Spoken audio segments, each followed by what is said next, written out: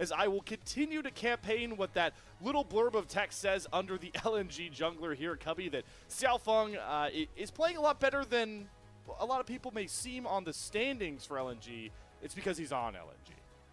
Yeah, I mean, look, Xiaofeng, I think he's done the most with his opportunity. That's all you can really do as a player, because as Rhino teased, and Rhino, I know that you've stepped in teams like Team Liquid. I don't know if it was Academy or Challengers at the time, but yeah, Academy. Yeah, it was back in when LCS Lock-In. We had Bradley, Yawn, and Ayla playing in 2021 spring at the higher level. You were subbing in for Academy.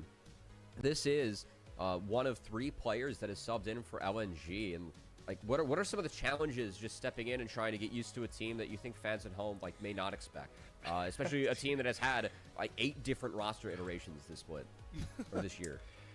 Well, there's a wide range of teams that you can step into, and it's really just like a total just surprise as the player coming in, because for all OVO knows, he could be stepping into an LNG team where Zika is just extremely frustrated with his teammates or something. For example, I'm not saying he has a year of pain, so pretty this is likely. a hypothetical. But, Rhino it is could not be the talking. case. It could be the case that the old bot lane has abused Zika's trust so much by feeding on his team or something, like so ridiculously bad. I can hear the PTSD in your voice. Yeah, that Zika just just turns into a different person or a different teammate, and he has to like earn back trust from Zika because of what other people did, type of thing. Right. So it could be the case that's what's going on, where the team is just super mental boomed, and OVO has to really try and like bring the boys back together and try to win. But it could be that everybody's a little bit more like good-natured and just happy to see some kind of change. So it's really hard to say, but I'm hoping for the best for them. Well, look, when we saw some of the LNG changes, we were questioning whether or not they were doing it just to raise contract values going into the upcoming offseason. But this has been a decent iteration. Gonna need stuff today against NIP if they want to find a win, which they do need in the standings. Slayer, before we hop into the game, send it over to the casters, I do want to set up what we're going to do between the first 2 games, because we have Rhino, our pro diff coach. If you want to tease it, what we're going to do with Rhino, I think it's going to be kind of fun for the viewers at home. Oh, yeah. I mean, we're pulling out all the stops as we got pro diff coach Rhino here. So while we are going to be throwing to the casters for this draft that's coming up very shortly, you're going to want to stick around after the game. We're not going to any breaks. We're going into Rhino's coaching corner, where Cubby and Rhino will be breaking down all of the excellent support gameplay we will be seeing today between OVO and Niket. Without further ado, you can see the fans are ready to get into our first series of the day. Without further ado, I am ready to throw it as the Grapes K-Man superfan I am. Number 1, nobody in chat's taking it from me. We're going to throw it over to the caster desk for Game 1. Grapes K-Man, take it away. Thank you very much to Slayer, Cubby, and to Mr. Rhino, our big guest from the pro diff side of things, and of course, pro player in his own right. K-Man, very excited to hear what Rhino has to say in terms of his insights from as we go throughout this series, but also just really excited to watch this matchup with you, because we get to see both LNG with their season truly on the line. They need at least a game win, if not a full series win here against NIP, as well as seeing NIP's last game of the regular season, see where exactly they stand going into the play-in stage. Yeah, Grapes, this is a really big one for both of these teams. NIP fighting for the shot to be the #1 team in Group Nirvana. Obviously, they need some things to go their way, but LNG very much need to survive here, and we'll see if they can break that forward in game #1.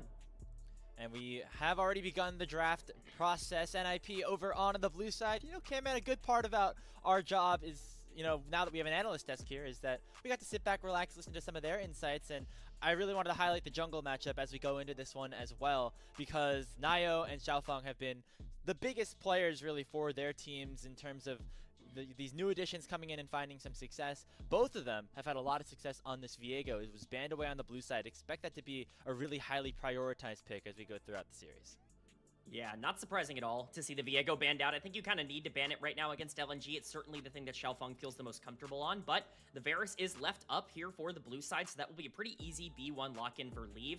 He's been pretty good on this champ, and I think it really does play into the idea for Ninjas in Pajamas that they've had throughout a majority of the back half of this split where they wanted to play weaker side on the bot side of the map. So really makes a lot of sense to lock in there. I think for LNG, prioritizing something strong on the top side makes the most sense for me. Rumble left available certainly feels like a good lock-in, especially with the Galio already banned.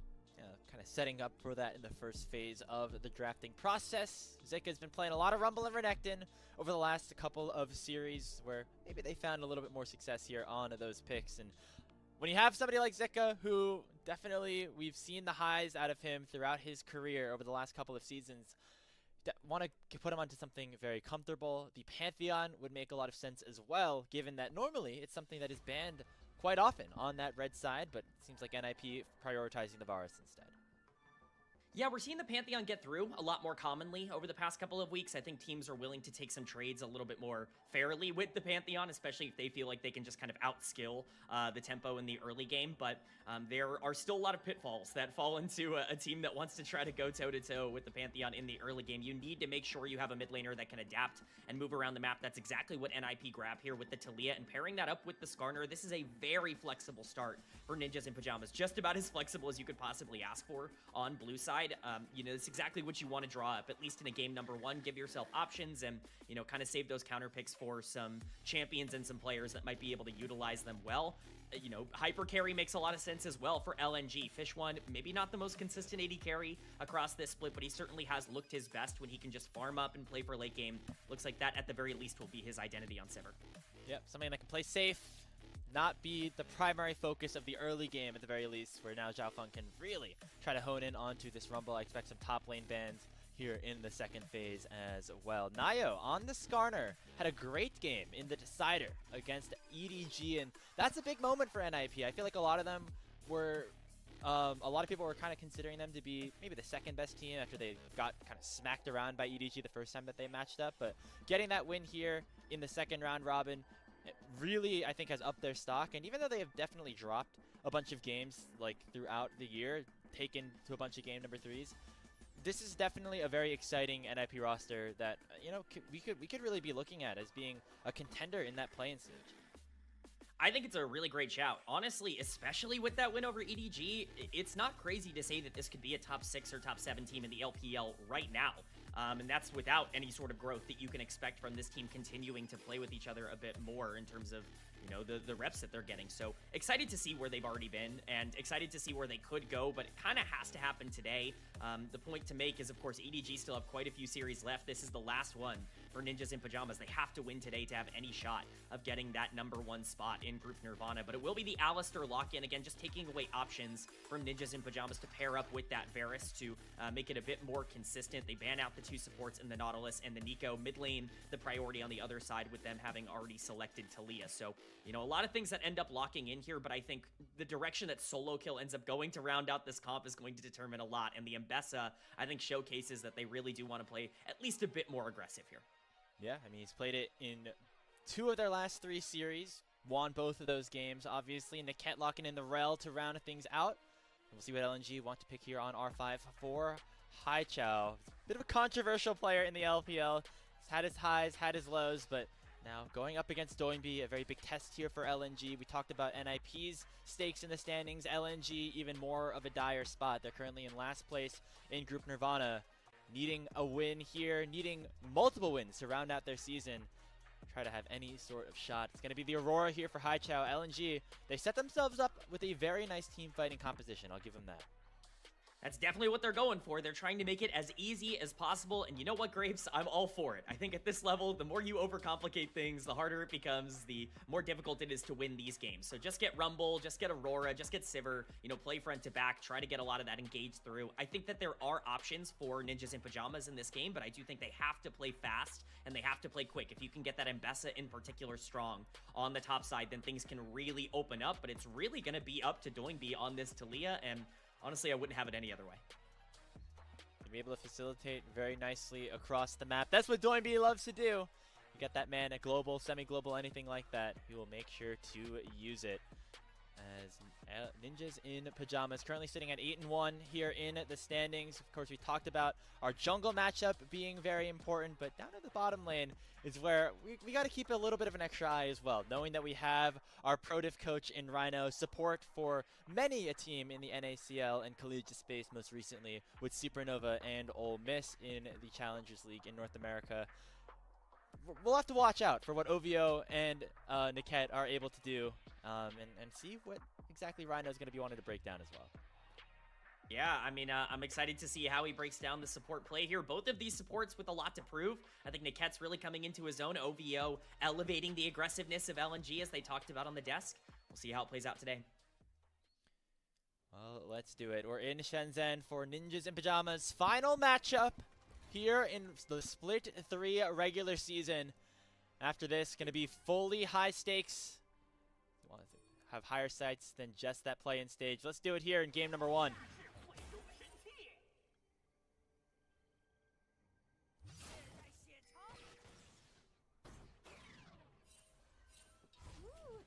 I think the crowd might be off here for this first game. At least that's the hope. That's the hope. Unfortunately, we are getting our customary no Gyos for our Group Nirvana matchup, which I think is very, very unfortunate for this matchup in particular, because there is so much to actually like about not only the way the draft played out, but just the overall circumstance for these two teams. Yes, it is top versus bottom right now in the group, but so many interesting things to follow, and that starts with the jungle pathing. Both junglers kind of hovering the bottom side of the map, could be pathing up top side. Xiaofeng wants to look for action here, but Nayo might be on a bit more of a timer, so I'll be interested to see exactly where these junglers want to put their resources early. Yeah, see Leave with the Comet on the Varus, meaning that they're going to really try to exploit this 2v2, so it'll be most likely a bot lane focus here for Ninjas in Pajamas, whereas on LNG's side, you have Rumble and Aurora alongside that Pantheon here for Xiaofeng. That definitely has to be the focus of how LNG really drive their attention here in the early game. Just trying to leave Fish One and OVO a little bit on their own and hoping that it works out for them. We'll say that OVO just whiffed here on that initial Pulverize as we're getting some fun trading down here in the bot lane to start things off. Yeah, it's a miss for miss. You can not worry about it too much. I think Shove in this lane is going to be pretty easily acquired by LNG, especially after they hit this level 2 first. Going to be pretty difficult for NIP to be able to contest this because of the Sivir. But Varus should be fine, generally speaking, especially the later we get into this game. So mostly I'm just going to be looking at exactly where the pressure from the mid lane ends up going and whether or not either of these teams want to swap early on, because I think that could dictate exactly what resources both of these teams want to prioritize. See both of our junglers pathing towards the top side of the map. See if anything happens there. Trade nicely done by Niket, actually chunking down Fish One to about 300 HP. That is how you get the advantage. Obviously, Sivir can push, but if you can push her out of the lane, it could mean a good opportunity for NIP's bot lane to take some control. Obviously, we've talked a lot about the supports, but Leave, specifically in the bottom lane, has really been a driving force for NIP as well. If he has good games, that means that NIP are typically in good positions, so seeing him get off to this early lead is also a very good thing to see. Yeah, I want to give Leave a lot of credit because this was a player that we talked about being very resource heavy during his time on EDG and even at the beginning of the year. I think he's really settled into this almost weak side bot lane role with Nayo coming into the jungle very well. And he's been a huge reason why this team has found success, being able to play a variety of different champions down on the bottom side. You correctly pointed out, pretty big lead here, but see if that can translate to anything. Right now, it's just the junglers going head-to-head. Wow, Naya with the Ixtal's impact straight into the wall for Xiaofeng. Doinbi has that push, so gonna force the LNG jungler away. We're waiting to see that seismic shove combo, and Xiaofeng's gonna have to flash away from that. Nicely done by NIP. The first 4 minutes getting that early advantage on the top side. Yeah, super healthy clear for Nayo. Ends up allowing him to really pressure out this Pantheon, and it's well-timed by Doinbi to be able to make the roam. Overall, it's just a huge win. Overall for NIP, burning that Pantheon flash, that really decreases his effectiveness in a lot of these ganks and skirmishes early. So definitely going to be excited about that if you are a Ninjas in Pajamas fan. We'll see if that flash really can be punished as we continue to go throughout the early portions of this one. Okay, man, we were talking a little bit before we got into game here about what we liked and disliked about OVO joining this LNG team, and I think you put it best where LNG was a team with Chuo that really didn't do a whole lot across the map early, But with OVO here, at least they're doing stuff, even if it's not necessarily good stuff. And I think we saw that they're already in the mid lane here, just 4 minutes into the game. This is going to be something that we're going to have to continue to watch throughout this game. It's very clear that OVO brings a very aggressive mentality to the game, but I think that's exactly what LNG needs. They've really lacked a lot of playmaking and creation throughout this year, and I think OVO has given them at least a glimpse of that. It's clear that the team at least is a bit more decisive for one reason or another, but I think it's going to be difficult for him to showcase that in this lane in particular. Again, depending on how things go, this should just kind of be a farm up type of lane, but the Alistar can have a ton of effect in the later part of this game. You know, Ninjas in Pajamas have plenty of ways to engage, but if LNG can get on the front foot, OVO might be the player to watch in terms of just exactly how these fights get started. Speaking of, looks like the Ket's going to match with an attempt here into the mid lane. Haichao pops that invisibility to make sure that he is under 0 threat. We have the Dragon spawned on the bottom side, going to be the Hex Tech, but neither side really wanting to start that one up just yet. Again, top side focus really has been in order here for actually both of these teams. And I think the main play here, K-Man, will be the grubs that spawn in just a couple more.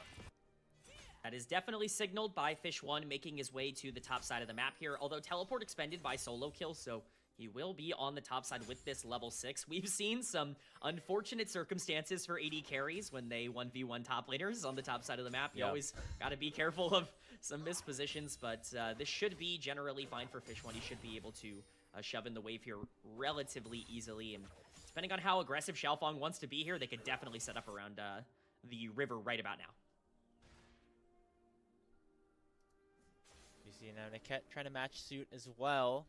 Interestingly, for NIP, 3 teleports. Something we actually did not mention at the top of this game. Leave has that ability as well to really maneuver across the map. We might see that here, as Nio has gone in alongside Niket to chunk down OVO to half HP, but Xiaofang has joined the party as well, forcing another flash, this time out of the jungler for Ninjas in Pajamas, so that cooldown will not be available for the upcoming Grubs fight. Yeah, just a bit of a greedy exchange overall for NIP. They feel like they can try to make a play onto the Alistar, but Pantheon's always going to be in the area for this, so they end up having to burn both heal and flash on Skarner to be able to get out of there. Certainly makes the play a lot more difficult and a lot less safe, so I think things equalizing quite a bit here. Xiaofang's flash will be up soon. Zika just using his ult to clear the wave, as we've become accustomed to. Doinby ulting. Nicely done here by Haichao. It chunks Doinby to about half.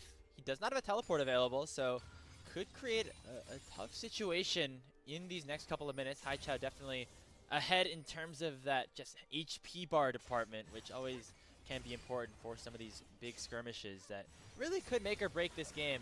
I know K-Man, LNG, they have the scaling, so for them, like, getting some of these major objectives is a bit of a, like, I guess a bonus, but NIP really want to make sure that they are off to the races early here with the composition that they have. Yeah, they really can't afford to get behind, and I think we're seeing that in the way that they're playing the game. Solo kill potentially in danger here, but likely just very, very safe on the top side with that level 7. It's really just going to be about how careful LNG want to be. If they want to try to contest over these objectives, well, great. Maybe you can end up getting some for free. If you don't want to contest, well, you're giving over free resources to a team that you don't really, feel like you are the favorites in the matchup against. And so, it's never really an easy decision, but it's actually the Dragon that started here by Xiaofang with the Grub spawning. Yeah, Fish1 and OVO still on the top side. Will not be able to join. Neither will Solo Kill, as he still has his teleport off of cooldown, and it looks like just showing of face by Ninjas in Pajamas is enough to force Xiaofang off the objective. There's a lot of vision on that top side right now for LNG, so they will very much know that Nio has started up these grubs. The question is, do they have anything to do about it? Doesn't look like they're going to be in the area for this. The call from LNG was clearly to try and trade objectives here. Xiaofang now seeing that the Grubs are taken will go back onto the Dragon. And IP just wasting a bit of time, calling the bluff there of LNG as they take the Grubs themselves. I think this is a good trade for both teams. NIP need the power of the Grubs to be able to push in and gather gold as quickly as possible. And LNG very happy to start stacking those Dragons for their late game win condition. So both teams, I think, doing relatively well here. We get some miracle steal by Niket. It should just be that trade and objectives. LNG going to be happy to put themselves in a position to start stacking a Dragon Soul, whatever it will end up being of type. Whereas NIP getting those 3 grubs will be very nice.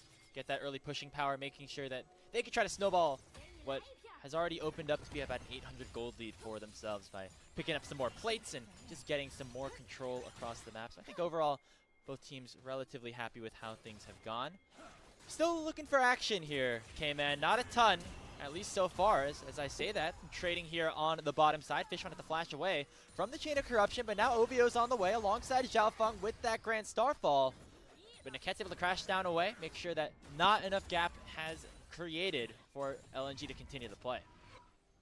Quite a few resources committed to a play that goes nowhere for LNG. Certainly not ideal to utilize both Pantheon and Sivir ultimate for basically no kills, but trading Leaves ultimate is generally fine in this case, so you're not going to worry too much. But you're right, Grapes, this has been a bit of a slow start overall to a matchup we were hoping to see a bit more action in. That being said, I do think eventually this will start picking up, especially if LNG do want to keep stacking those dragons. They have a comp that really thrives in a lot of these close quarter fights. See if NIP can maybe try and punish this bot lane now. Again, this one still no flash. Still has the cleanse available though, and Niket's gonna have to be pretty careful because the Sivir does still pump out a little bit of DPS, but with Nayo in the area, it should mean a cessation of control on the bottom side, and now could be OVO in a bit of trouble. Pack taking it back in a bit of a tough spot. Pops the Unbreakable Will, should be able to survive a little bit, but with the Impale, with the Exhaust, with a lot of things expended, should be enough for NIP to pick up first blood. OVO so low. Finally, Doinby will finish it off with an auto attack, but it's bought a lot of time for Haichao, landing that between worlds. But now he's going to be in a lot of trouble. The boulder and the burn nearly enough to take him down, and it does. Nayo making it 2-0 NIP. Oh, it's a huge, huge play for Ninjas in Pajamas that looked disastrous for a bit for them, but Haichao unfortunately turning things back in favor of NIP in terms of the re-engaged 3v1. It is a huge swing of gold going in favor of Ninjas in Pajamas, and you can talk about the scaling, you can talk about the way they play these late game team fights. If you're gifting a ton of gold over to NIP, who's playing very aggressive, things are going to get sour really, really fast. It's Nayo and Doinby linking up once again to make a play. And just a bit of a greedy back here by OVO, not realizing that the collapse could still continue. Even though he has ult, he has flash. Doesn't use either particularly well. Yeah, it's unfortunately not a good exchange for OVO. Ends up not being able to flash over the Talia wall. Does try to get something back with Niket, but once Haichao comes here and OVO dies, it becomes very difficult. Haichao seeing an angle to continue and to try and burst down Doinby ends up going for another play. Unfortunately, it's just locked down. Pretty inadvisable, I would say, for a comp that really relies on being just as close as possible going into the late game, and definitely a big swing for NIP, but it's about how they can use that gold right now, as they still need to keep their foot on the gas. For now, Doinby pressuring the bot lane. Gold lead opening up to 2,000 off of that play. And LNG going to try to make some sort of a trade here onto Niket. Nicely done by OVO to try to find some engage. Niket does still have both of his summoner spells, but maybe not going to just use them, try to save them for a later date, as Xiaofeng will come in and punish for the first kill of the game for LNG. Now Leave could be in a little bit of trouble here, getting stunned up by Xiaofeng, who jumps in with that Grand Starfall. But the Varus will survive, and LNG get on the board. It's a really nice pick for LNG. They needed to be able to get some gold back there, and it does go on a good target in the Pantheon. A little bit of a waste of the Pantheon ultimate afterwards to get some damage down on Leave. A pretty big cooldown to burn there, but overall, a necessary play for LNG to stay in this game. Gold lead, not really equalized, but certainly a little bit better. But Dragon spawning in 1 minute, that's going to be the big priority, in my opinion, for these two teams. Herald still a minute and a half away, so I imagine bot side will have the pressure for now on, especially after Haichao ends up pushing in and catching that bot wave. So we will see where these teams want to put every bit of resource they have at the current moment. Yeah, that's the type of playmaking that we are excited to see from a player like OVO, right? A new addition to the roster coming in to kind of find some solution to salvage this bottom side, to salvage this season for LNG. Able to be creative, and obviously it was Niket who stepped forward and into the enemy jungle, but OVO with the Hex Flash, finding the punish, forcing Niket into a bad spot. That is what we want to see out of a newer player like this. So, hopefully for LNG, whether this is just a chance for them to keep their season alive, to get a chance to get into that play-in stage, or this is just an opportunity for them to trial some new players and see what their options are looking into 2026. This is the stuff that we like to see out of a player here like OVO. Definitely, he has brought that second level of aggressiveness to this team, but it's NIP now being aggressive as they start up the Dragon. If they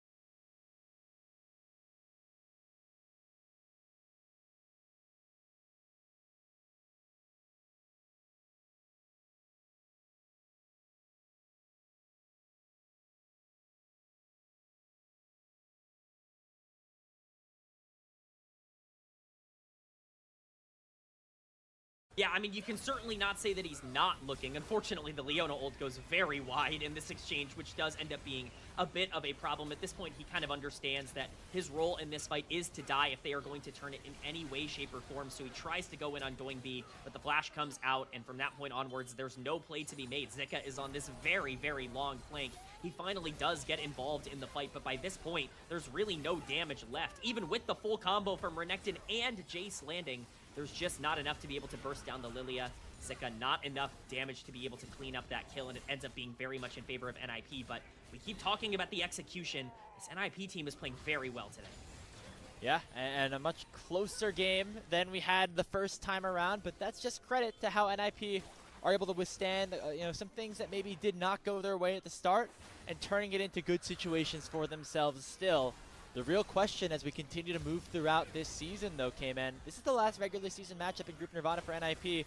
What they can do against tougher opponents as we continue to move along.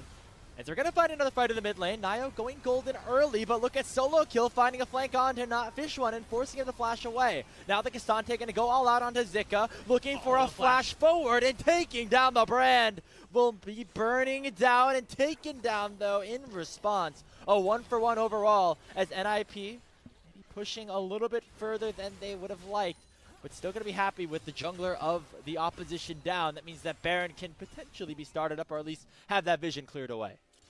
Yeah, that is the important call out, is that it is a 1-for-1 with jungle and top lane, and so you can really set up around that major objective. But honestly, not a terrible fight for LNG, all things considered, especially at this point in the game. If you can take that 1-for-1, if you can start getting gold on some priority targets, that could be a huge positive. The biggest issue here is that Fish One is just so out of the game. He has to burn every cooldown he has just to survive, and if you're kind of relying on this Leona to be primary engage, well, she's going to get absolutely obliterated by Leave at this point in the game. There is no way for this Leona to be able to survive more than a couple of seconds after an engage coming down. As we can already see with Leave just poking down the Leona, it's really difficult for OVO to play this game out, and that means that NIP are still going to have full pressure over this Baron. As they have wiped out Vision and don't have to start things up, they can just force LNG to walk straight into them. Now, the thing is now for LNG, Fish One has hit that threshold for the execute. It's at 250 stacks right now on the Smolder. However, Leave is really in a powerful position right now and barely dodges away from that Zenith Blade. Will the executes end up mattering for LNG? Have they hit that breakpoint? Solar Flare not finding a stun, and that means there's really not many more opportunities for LNG to get into that pit. Yeah, Solar Flare and Shock Blast both going wide onto Leave in that fight. That means it's very difficult for them to play. That being said, the Shock Blast is up again, and Leave going to take quite a bit of damage there. Luckily, he's Senna, so he's going to be able to heal through it. But at this point, OVO just has to walk up OVO. to a certain demise. Can't be there, buddy, as he stepped the wrong way there. Doinby getting the kill, and now with a 4v5, NIP feeling a little bit more comfortable to start up this objective potentially, but instead going to turn their sights towards Haichao. The Arcane Storm coming down, Nio landing the Lilting Lullaby onto the Jade's going to land to sleep, and with Zhao Feng in a bad position as well, should mean that both members will drop. The burn comes through from Nio. It's a 3-0 on NIP's side as they'll turn their sights towards the Baron. NIP Ninjas in pajamas emerging as a true contender here at the end of Group Nirvana. They've looked as good as they have all year long in this series, and they continue to put the pressure on LNG. They recognize that Zika is on this massive flank with the Renekton, and they realize they can just take this fight 3v5 very easily, and they end up picking up quite a few kills. The Baron alongside it. We're going to get a replay here. OVO just having to face check because Baron could be in real danger here, and at this point with his health bar, it's non-existent. The teleport coming out, and like I said, Zika on this big flank with the TP, and IP understand, all right, well, you've got 3 members and none of them are frontliners. We're just going to full engage onto this side to guarantee not only that we get these kills, but this Baron as well. Very well played by everyone involved. Xiaofeng certainly doesn't have the damage to break through here, so it's just NIP playing clinical, clean League of Legends and really showcasing their skill. And again, this is the thing to think about as we potentially see NIP work towards closing out this second game. They've been able to take care of business here in Group Nirvana, right? 9-1. Their only loss is to EDG early in the season, and that's when they were still dealing with some of the new additions to their roster. But they came into Split 3 making changes to their organization's 5-man squad, getting rid of that original OMG core that they thought was going to be the solution, ended up not being. With Aki and PP God then, off the board, they made moves not necessarily for this Nirvana phase came in. They made moves to try and do better in the playoffs, where they have fallen flat over these past couple of seasons. And so that's going to be the real test for them. Not necessarily how they do in this group, although it has been great so far. How far can this take them? Because honestly, at this point, WE and FPX not playing super well. JDG, bit of a question mark too. NIP could be in a position to go on a pretty interesting playoff run.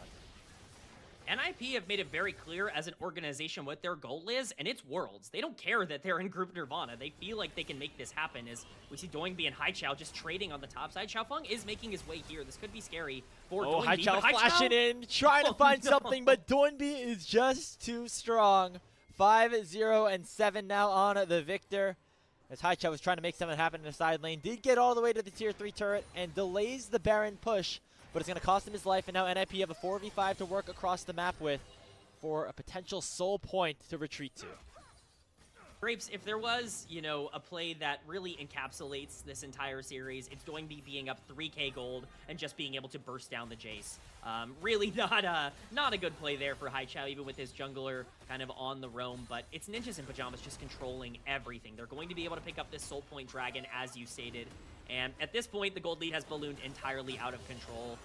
There is really no way back into this for LNG unless you get some sort of miracle exchange. If this game can theoretically go 50, 55 minutes, maybe Smolder can get back online, but at that point, you're really hoping for a miracle. So very difficult one to close out, and a really, really great game state for NIP. And again, for Ninjas in Pajamas, having the composition that scales against a Smolder, not necessarily something that always happens, but they're really in a powerful position right now. When you have these compositions that don't necessarily have an easy primary engage, much easier to play, obviously, K-Man, when you're ahead, when you don't have to force plays. They can play things out slowly at this point, work towards the major objectives that spawn over the next couple of minutes. As for LNG, though, they got to figure out how to make things work. It feels like Fish1 is starting to get there. He just picks up his third item, but it's just a rapid fire at this point. Not sure if he has enough juice even on this Smolder, despite the stacks being in a pretty good position right now. Yeah, I mean, he's been able to catch up quite a bit over the past couple of minutes because LNG have just been losing everywhere else, but you can't protect against that. He gets chunked down severely as OVO going to go in despite the rest of his team getting chunked out, immediately flashing away, but the Arcane Storm going to burn him down, and now the resets will start to come in. No Baron buff, but it might not even be needed now for Ninjas in Pajamas to try to close out this game. They're going to break open the base, take this top lane inhibitor, mid lane next to follow. As LNG in a 4v5 still have the brand, still have the Smolder, but will it be enough to save the game, to save potentially their season? Not sure if that is going to be the case. Second inhibitor will go down, and we'll see if the NIP continue the push. Yeah, Shock Blaster coming in. Zika's already popped the Dominus, though. It's going to be very difficult to fight this out. Fish1 already getting chunked. Oh, nearly getting hit by that root. That could have really sealed the deal. As Zika doing his best to try to just clear the way, but it's going to cost him his Steric Shield. As he'll be forced to go back to the fountain. Now OVO has respawned and has his ulti available, so now it is a full 5v5. But NIP still not going to be super upset with that, as they're doing a lot with Leave's range to just burn down these Nexus turrets, as LNG feel suffocated in their own base at this point. As Ninjas in Pajamas looking to put a bedtime story down onto LNG. 2025 season. The burn damage comes through from Xiaofeng. It's not nearly enough. In they go for one potential final fight. Xiaofeng goes golden. He's forced to flash away. Solo kill. Lands the Antofo, strikes onto Fish1, and that should do it. It's a double kill already for Leave. Looking for Zika. He's forced to flash on out, but Leave will not let him. It's a triple kill. It's a quadra kill. Only Zika remains. Leave on his signature champion in the final game of the regular season for Ninjas in Pajamas. Gets himself a pentakill, and he'll send NIP up to 9-1 to wrap up the split. leave no doubt in their minds as to who the team to beat in Group Nirvana is. That was the mission today for Ninjas in Pajamas, and they passed it with flying colors. Leave getting a pentakill in his final game of the regular season. This team looking dominant in multiple different spots and positions. Everything you could want to see out of Ninjas in Pajamas is here in this series, and they have proven they are a true force to be reckoned with. And what a good feeling to wrap up your regular season, K-Man, for a player like Lee, for a team like Ninjas in Pajamas, who have so much higher expectations than just finishing first in Group Nirvana. And with the way that they're playing right now, a 2-0 over EDG, the other favorite potentially in the group, and then having that performance against LNG, they got to be feeling very good about not just what the play-in stage can bring them against potentially a WE or an FPX, but even beyond. The international journey still on the line, still possible here for the Shenzhen natives. But, you know, overall, NIP looking like a real force in the LPL at this point. It's actually astounding just how much this team has improved over the course of this year. I think they've gotten so much better, and I think they are really peaking at the right time right now, and you're absolutely right. They could be real threats to the playoffs. And so for them, the journey in Group Nirvana concludes. Only way to go now is up, as LNG, their hopes of potentially finding a way out of this group really gets narrowed by this point, but they still have a couple more matches to go to wrap up their 2025 season. That's going to do it for us here on the caster desk. Let's send things back over to Slayer, Cubby, and Pocket Rhino for an analysis on that series. Why, thank you, Penta Master Caster Grapes over there. Awesome call. Awesome pentakill coming over there for Leave as well on one of his signature champions. We were definitely talking about that all call long watching through that game too. Rhino, I want to pick your brain immediately because, you know, as we dive into these post games, once they start rolling through, you really feel like the bottom lane composition and IP put together here is just one of those Exodia ones right now in the meta. Yeah, I think not to be too biased in favor of OVO or LNG or anything, but it really truly looks to me like they were set up to fail, or somebody hates them on their coaching staff or something, because they picked into such a bad matchup. It's unbelievable to me. So they, first up, if nobody remembers or whatever, they NIP 1-2'd Senna, and one of Senna's best pairings is Braum. Maybe even the best pairing. An insanely valuable, great pairing is Senna Braum. And then what LNG responds with is 2-3 Brand Leona, which in isolation I think is fine. I think LNG's comp in isolation is totally fine. But the way that they picked it I think is horrifically bad, because that leaves NIP with the most insane godly Braum pick that they can get on R3. Even when it was happening, I was talking about the second that Brand and Leona got locked in, I was like screaming that they should pick Braum on 3. The whole time they picked it, and I thought the game was over pretty much immediately. It didn't help at all that they then went and followed it up with a bad support matchup, and then they followed that up with a bad AD matchup where people do pick Smolder into Senna for certain reasons, but you can't really pick Smolder into Senna with a bad support matchup, because Smolder will just get sort of run over in the early game, and that's what happened. They got pushed around in the early game so much by Senna Braum that they got dove level 3-4. They killed the Leona, and it was a 1-for-1, so on the surface level it doesn't look too bad, but then the Smolder got zoned off of the whole bot wave right after that, and so got put down 15 CS to 33. And how can you win the game off of that? I think OVO is just so set up to fail by his team or somebody on his team that it's crazy. I don't know.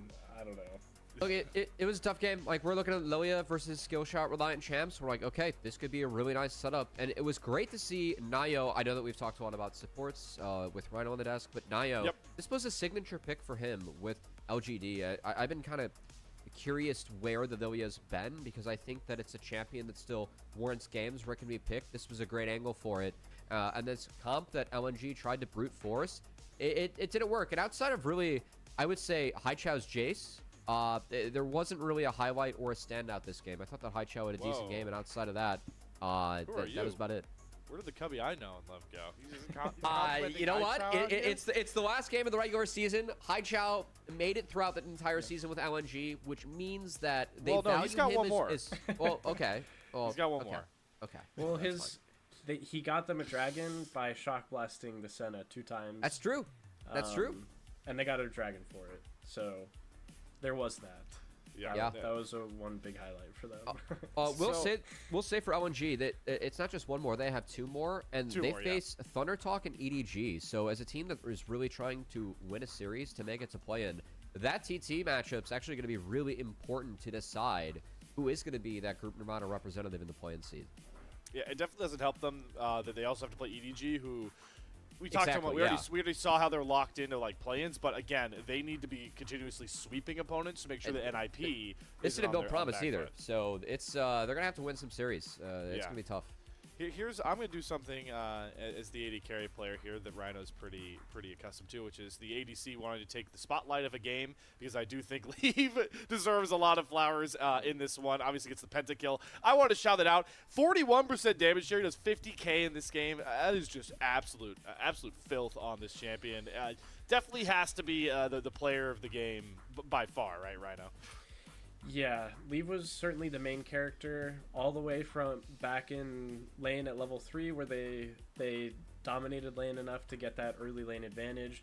There was a play around in mid lane where he just walked up like a psycho, and I thought he was completely griefing, and he ended up living and flash cleansing away from the team fight and getting, I mean, he probably got 10 plus souls off that fight alone, and it ended up as a winning fight. Because Senna, the really good Sennas will follow their jungler around for extra stacks, but they'll also play just on the edge of where they can play to really get as many souls as possible while also not dying. And it really is impressive that he didn't die at all, because to get the most stacks like that, you have to put yourself in pretty dangerous situations. Exactly. Yeah, I'm glad you got to see it. Leave Senna is for sure a very good one here in the LPL. I know that Leave's in Group Nirvana with an IP, but his Senna definitely respected for good reason. Got to show it today, and glad you liked it as well, Rhino. Yep. Yeah, for sure. And you know what I was most excited that we got to show today, which is got to show what I hope to be future iterations. This was the first try of, the analyst desk, and most importantly getting Rhino out on here. And while LNG only gave him a case to maybe fight for OVO and more protections of his drafts, and not too much of a series to break down, Rhino, it was a pleasure again to talk shop here nonetheless. Do you have any final thoughts before we send things to break and get ready for the Group Ascent series? I think people shouldn't give OVO too much flack for this. I think, if anything, send a little bit more of it towards Fish One, or maybe the coaching staff even. Not to direct anybody at Fish One, but that draft is just crazy. It's just so crazy to me. And definition of a brute force for sure, Yeah. I think maybe with a little more time, OVO can get some good games in where he doesn't have a million deaths, hopefully. And I had a great time on the broadcast, so awesome. I thought it was really fun to talk about these teams. So who knows? Hopefully I can come back sometime. Who knows? Calling out the Super Troopers, the admin team. I'm sure they are listening, as we would love to have you back, Rhino, and get you breaking down more of these games. One final plug, Chippy. Throw it back up. LPL 10. I need you guys to be purchasing some Rhino coaching sessions, as we got to get a bit of his pro coaching corner. He will increase your LP gains exponentially, guaranteed. You can go to him about that. I'm guaranteeing it, but it's Rhino that cashes that check for me. Nonetheless, that will wrap up our analyst desk with myself, Cubby, and Rhino. Big shout out to ProDiff, allowing Rhino to come on here. But we have Group Ascend to get to, and that means that the analyst desk will be bidding farewell, and you'll have Grapes and K-Man taking you through the rest of the night. So take care, guys, and enjoy the Group Ascend series coming up.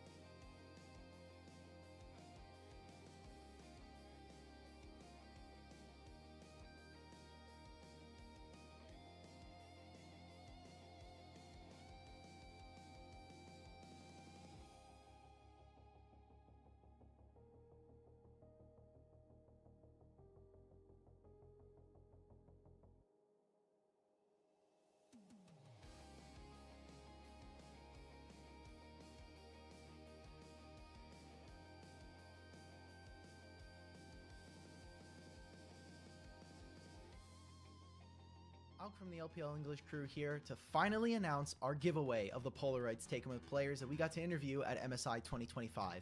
This opportunity was not possible without fans like you supporting the show, so we wanted to find a way to give back to you guys. The giveaway will take place between August 18th and August 30th, the start of the Grand Finals playoffs here at the LPL. You must be 18 years or older to participate, and this giveaway is available worldwide.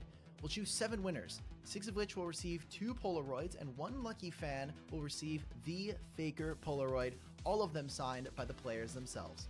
This combination of Polaroids will be randomized, so you can receive any combination from players such as Bin, Owner, Kael, and Junjia. To enter the giveaway, please check out this link below or use the QR code to be able to enter this giveaway and get your chance at winning one of these MSI Polaroids. Make sure to follow our YouTube, Twitch, and Twitter for any update or news around this giveaway. Again, the LPL English unofficial broadcast would not be possible without fans like you watching and supporting our shows day in and day out. From myself and the rest of the crew here, we want to thank you for the opportunity to be a home for everything LPL. Thank you very much to all. Make sure to check out that giveaway as well. Those are some really cool, just items to possess. I kind of want the Faker Polaroid to hang up on my wall right here. We'll see if I win. Again, check us out on our Twitter at LPL English to make sure that you are able to get all the full details, just in case you didn't catch it in that last video. But with the desk now bidding farewell, it is just me, Grapes, and K-Man by my side to bring you guys a matchup between Anyone's Legends and Top Esports to wrap up our day here on LPL English. K-Man, it is the Split 1 champions up against the Split 2 champions for the last time this season, at least in the regular season. And I think it's fair to say this is our first place team in the standings versus maybe the first place team in terms of how they're looking right now on the Rift. Yeah, I think it's very possible that this is a battle between the 2 best teams in the LPL, and I think that that's really, really fun to talk about. ALF finally started to find their form over the course of the summer split after taking quite a bit of time to get into action. And Top Esports, say what you will about their international performances, they always show up domestically in the regular season, and it's been no different in summer. And when you take a look at the history or just how this 2025 season has gone, these are the 2 teams that have hoisted trophies. Remember, Anyone's Legend, not many people were expecting them to, be a true contender at the start of the year, but they start by winning Demacia Cup. They make it all the way to the finals, only taken down by a Top Esports who went on one of the crazier lower bracket runs that we've ever seen here in this league. And then, of course, Split 2, AL end up winning. Tarzan finally gets his domestic title, and they have a good run internationally. And if trend continues, could be one of these teams, K-Man, that comes out on top at the end of Split 3.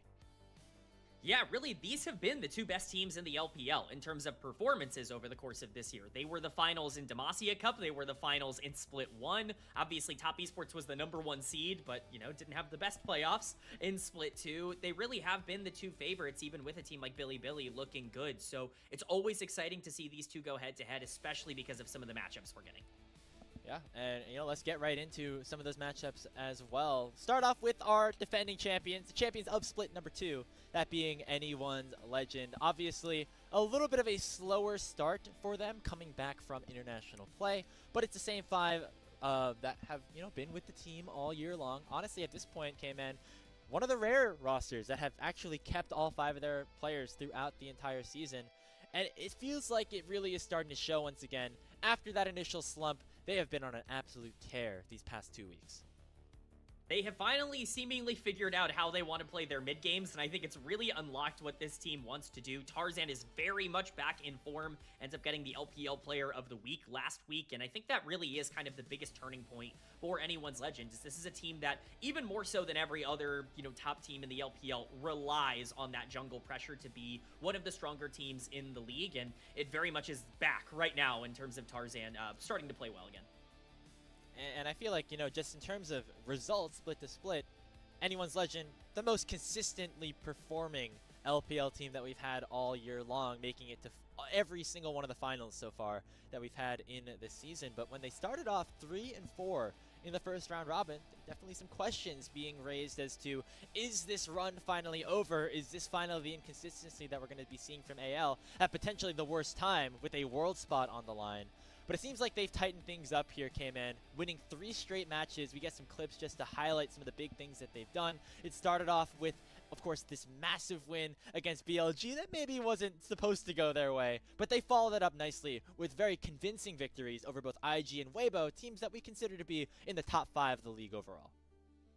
Yeah, I mean, the BLG series, you can take or leave in terms of whether or not you want to say that AL was fully back in this kind of performance. They are able to show up when it matters the most, which I guess is the really important part. But those series against IG and Weibo, they're not disputable. They were absolutely dominant in terms of what this team was able to showcase. And honestly, I think we learned a lot from AL in terms of what happened during their losing streak. I hate to make it so binary, but this is a team with really, really good players that really wants to make sure they have tempo in the early game. If Tarzan can get out to big starts, they're going to win. If you can shut down that early tempo coming out of the jungle position, we've already seen what it can look like at times with this team, maybe not having the same kind of pressure that they're used to. It very much feels like they're comfortable playing through those early games again, and we can see that in the clips. Yeah, just being much more coordinated, I think, in general, right? It feels like when Tarzan's going forward and not everybody is really on the same page as him, you can result in him looking a little bit foolish at times, but at some point it really is everybody on the team that has to be able to contribute for moments like that. And so excited to see what this AL team looks like fully back in form.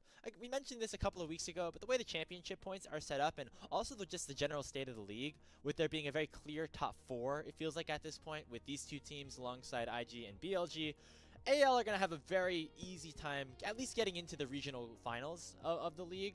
It's just making sure that they're fully ramped up to at least qualify into Worlds and then seeing what this roster can do from there, because the ceiling is clearly high, as from what we saw from their results at the Midseason Invitational, where they nearly were able to take down both Gen G and T1. But let's take a look at who AL are facing today, and that are your Split 1 champions, the team that took down Anyone's Legends both in the Split 1 finals, as well as earlier on in the season while AL were on their summer swoon.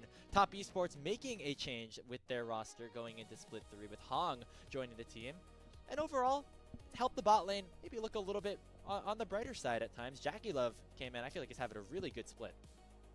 Yeah, I think this bot lane has been heavily upgraded with Hong coming back in. I think a lot of people were very sour on him after his time on Weibo Gaming, but as we've seen with Weibo, it's pretty consistent that the support carousel just doesn't always go in favor of that organization. Hong kind of getting back into a situation where he can play 2v2s a bit better. This bot lane has been tremendously terrifying to go into, and it's really propelled Jackie Love into being right up there with everybody else for being one of the MVP favorites. It's certainly an interesting conversation as we dive further and further in. Obviously, BLG had such a strong start that you want to throw somebody like Knight or even Shadow into the mix for how well and how hard he carried the team at the start. But with AL having right now just an incredible player in Tarzan, Top Esports with Jackie Love, these 2 seemingly, to me at least, are prime candidates for that MVP award. You can throw out your other players like you know, the Shy or something like that, or a Gala for all the pentakills he's picked up. But I think right now these are 2 of the big favorites, and even on top of that, Kanavi, also just a very consistent player for TES overall, which has led them to being in this position where currently sitting at first place in the standings, the same place that they were at the end of the regular season of Split 2. But I feel like a lot of people were pretty down on TES after their underwhelming postseason performance, to say the least, and so it's good to see them bounce right back into a good spot. I think it's more than good. I think it feels really, really solid to see Top Esports actually perform like we know they should. Let's not forget, like you pointed out, they were the #1 seed going into playoffs for a reason. Kanavi was the MVP of Split 2. He was the player voted on to be most valuable in the regular season. I know a lot of conversation is kind of surrounded where Top Esports is at, but talent is never a question when it comes to Top Esports. They can be anybody on any given day. Yeah, and when it comes to the players that we have our eyes on here, K-Man, well, definitely the junglers, but it seems like each of them kind of have a different pair going alongside them, as well as we're really going to shine a spotlight on some of these important players to watch in this match, as they've certainly been styling out. As you see, Tarzan and Kyle really been, you know, working together, you know, and so is Tarzan. Kanavi and Jack. This is one of the most insane. Okay, I want to give a big shout out to our graphic producer Izzy for just like cooking with whatever this is, but superstars, I guess, right?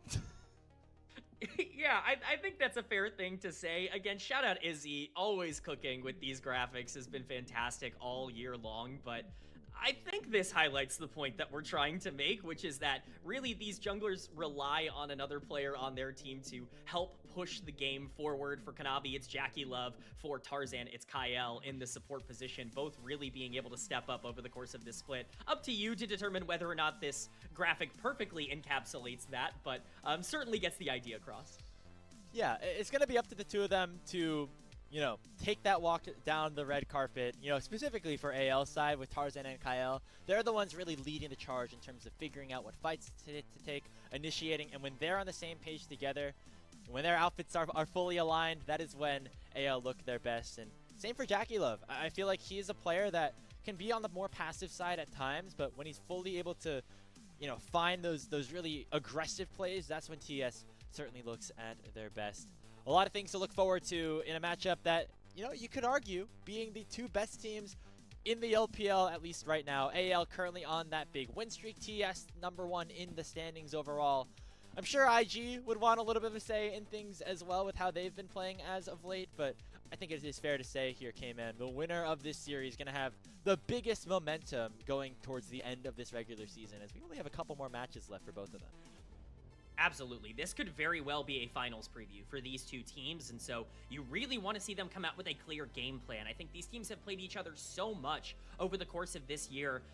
You know, I don't have the statistic in front of me, but I would bet to wager that there has not been two teams that have played each other more this year than Top Esports and AL, with just the amount of times they faced in the playoffs. And if you're going to get into these situations, you know your opponent super well, you know, Top Esports making a couple roster changes, you need to be able to kind of capitalize on where you identify your opponent's weaknesses. You know, it's going to be difficult to find them with teams as good as this, but if you can start to push forward even so slightly, it's really going to make a big difference here.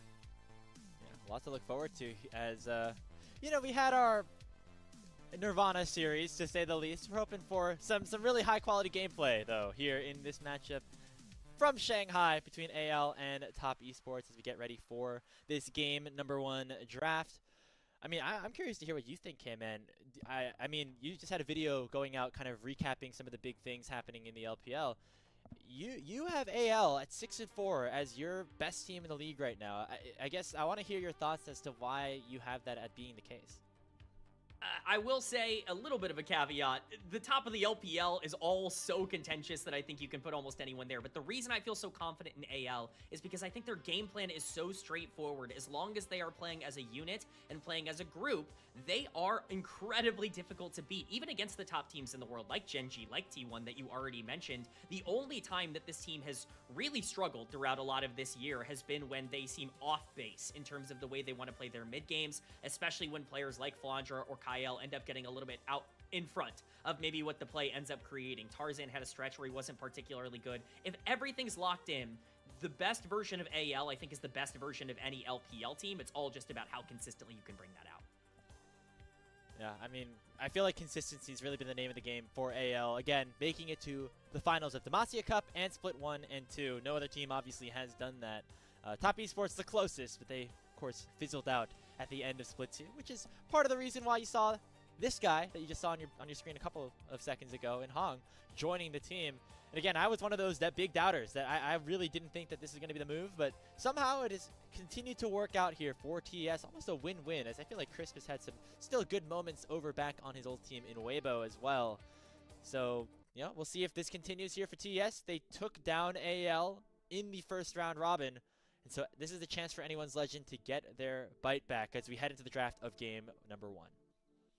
Yeah, no major surprises in terms of the bans coming out. Banning Trundle against Kanavi makes a lot of sense. You have to ban Pantheon and Varus against anyone's legend. These two champions will run the game if given to Hope and to Tarzan. So you need to make sure you're in a good spot. Yunara just seems like the auto ban now, even on blue side, for a lot of these teams in the LPL, with her gaining a lot of priority. Really what I'm going to be looking at is exactly what jungler AL want to go for early in the draft. Maybe they end up B1ing it. If Talia's on the board, I would expect that to maybe be the B1 instead. But I think jungle is going to determine quite a lot for the identity of AL because of just how much we highlighted what Tarzan means to this team. You see the Azir banned away from Shanks, one of his most signature picks as well. It's going to be a Rumble, potentially locked in. Very high priority pick still in the current state of the meta.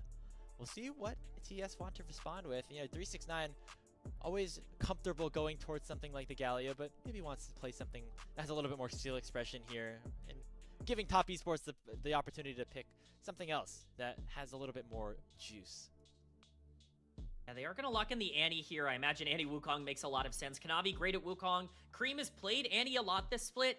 It's not always looked good from him. There have been, good games and bad games in their wins as well, where, I think notoriously at the end of last week against BLG, winning that game 2 on Annie down, 100 CS tonight. Or something of the sort. So certainly something to at least keep in mind, but it is a great setup lane for Top Esports, pretty easy to execute. For AL, they're just going for a lot of the power picks. They don't want to change up their strategy too much. These are the kinds of things that really worked for them at the beginning of the year. Things like Xin Zhao that have maybe not been quite as popular over the course of the summer split, still very much prioritized. And with Talia still up on the board, I honestly would be shocked if that's just not the insta-lock here. Ooh, so a little bit of killing 2 birds with 1 stone here. With Shanks locking in the Galio, you prevent 369 from having even the opportunity to lock that one in, as well as giving yourself a very powerful mid-jungle 2v2. Big opportunities now for Tarzan to put some of those carry pants on, as we see TES scrolling through a couple of different champions. I feel like we talk about, Jackie Love and Kanavi. 369 also been such a consistent performer on this Top Esports roster, specifically on some of these primary engagers. Going to have a really good time doing that on the Ornn to wrap up our first phase. Yeah, 369 has been really great over the past couple of weeks. I think it's almost going under the radar just how important he's been towards this team's success. In their wins, he has really stepped up and started to dominate some late games. So getting him on something like the Ornn that can combo well off of these gigantic ultimates that you're setting up for Top Esports really makes a lot of sense. You've got the Ornn Horn, you've got the Wukong Cyclone, you've got the Annie Tibbers being dropped. You have so many different ways to start fights. I expect a true carry on the bot side for Jackie Love, and this could be the perfect setup for a player that has really come through a lot already so far this year. Head into the second ban phase. Bot lane is going to be the focus. Of course, still a lot of priority 80 carries available. With the Yunara and the Varus taken off the board, maybe your options a little bit more limited, but Hope and Jackie Love definitely have the pools to go for either the aggressive things like we seen Jackie Love whip out a Kalista earlier on here in the season, or of course maybe something more on the passive end. Very curious to see what these supports do as well. Talk about Hong being this new addition to the team, but Kyle, maybe one of the top performing supports all year long here in the LPL. I think it's more than fair to say in the LPL, I think Kyle has been one of the best performing supports in the world so far this year. He really has come into his own as a playmaker, and at times has been the best player on this team. And, he's going to get the chance to prove that in this series, as it is going to be the Kai'Sa locked in for Jackie Love. I talked about how much dive and how many ultimates this team had to combo off of. All you needed was follow-up. Boy, Kai'Sa's pretty good follow-up for a lot of that setup that you have available to you. This would make a lot of sense for Top Esports to kind of force something a bit more passive coming out of AL to try and contest that Kai'Sa. But overall, love the draft from Top Esports so far. I think it sets themselves up for a pretty decent execution. We'll see what gets rounded out by, but yeah, just so many options for the Killer Instinct to be followed up with for Jackie Love, with the setup so nicely set up, created on the top side of the map for them already. Gonna be Rakan for Kyle. We'll see what Hope wants to play into the Kai'Sa specifically. Maybe something that can punish him a little bit more in the early stages of things with a Lucian. Lucian Rakan, not necessarily a bot lane that many people are super familiar with, and with that being said, can opt towards the Senna instead for Hope.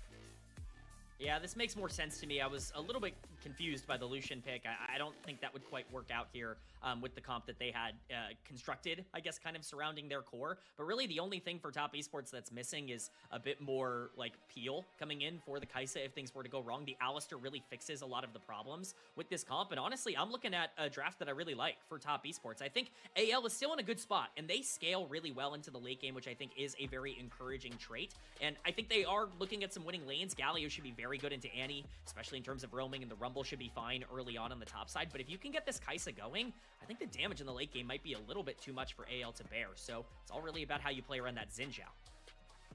Tarzan, of course, going to be the primary focus for his team in the early game, like he always is. When he does well, his team does well. And right now, Tarzan's been doing pretty well for these past couple of series. Is why he's been named the LPL Player of the Week for week number 5. Not a ton of side laning potential really for either of these teams, which means, of course, team fights will be the focus, which we always love to see. I think Tarzan and Shanks going to have a lot of high agency here into this mid-jungle 2v2, going up against the Annie Wukong. It's going to be a fun matchup here, Cayman. I'm really excited for this best-of-3 series. Yeah, I mean, I'm just excited to see these two teams go head-to-head. Both comps have a ton of engage tools. They have plenty of ways to scale into the late game. Neither one of these teams should be out by the first couple of minutes, at least hopefully. So I'm excited to see something that's going to be really fun here in game number 1, and hopefully both of these teams bring their A game. Again, the Split 2 champions against the Split 1 champions. I mean, it doesn't really get much better than that, as AL, despite their early struggles coming back from MSI, really have come back into form and looked like one of the best teams that we have here in the LPL. They'll have a true chance to prove it against a team that took them down a couple of weeks ago. It's game number 1 of Anyone's Legends in Top Esports, starting right now.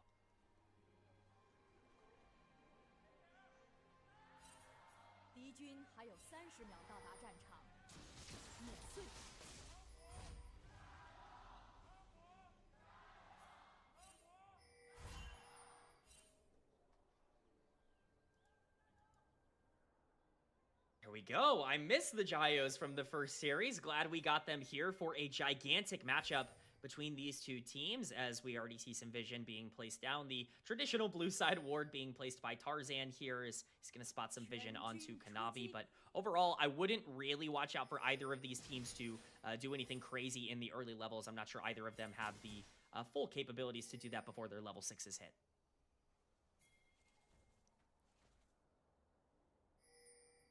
See the early lane setups right now. Going to be Tarzan pathing down towards the bottom side, at least for the moment. Take a look around the runes. Double spellbook, kind of the standard at this point. See some phase rush action for Shanks as well. Going to go into the melee versus range matchup.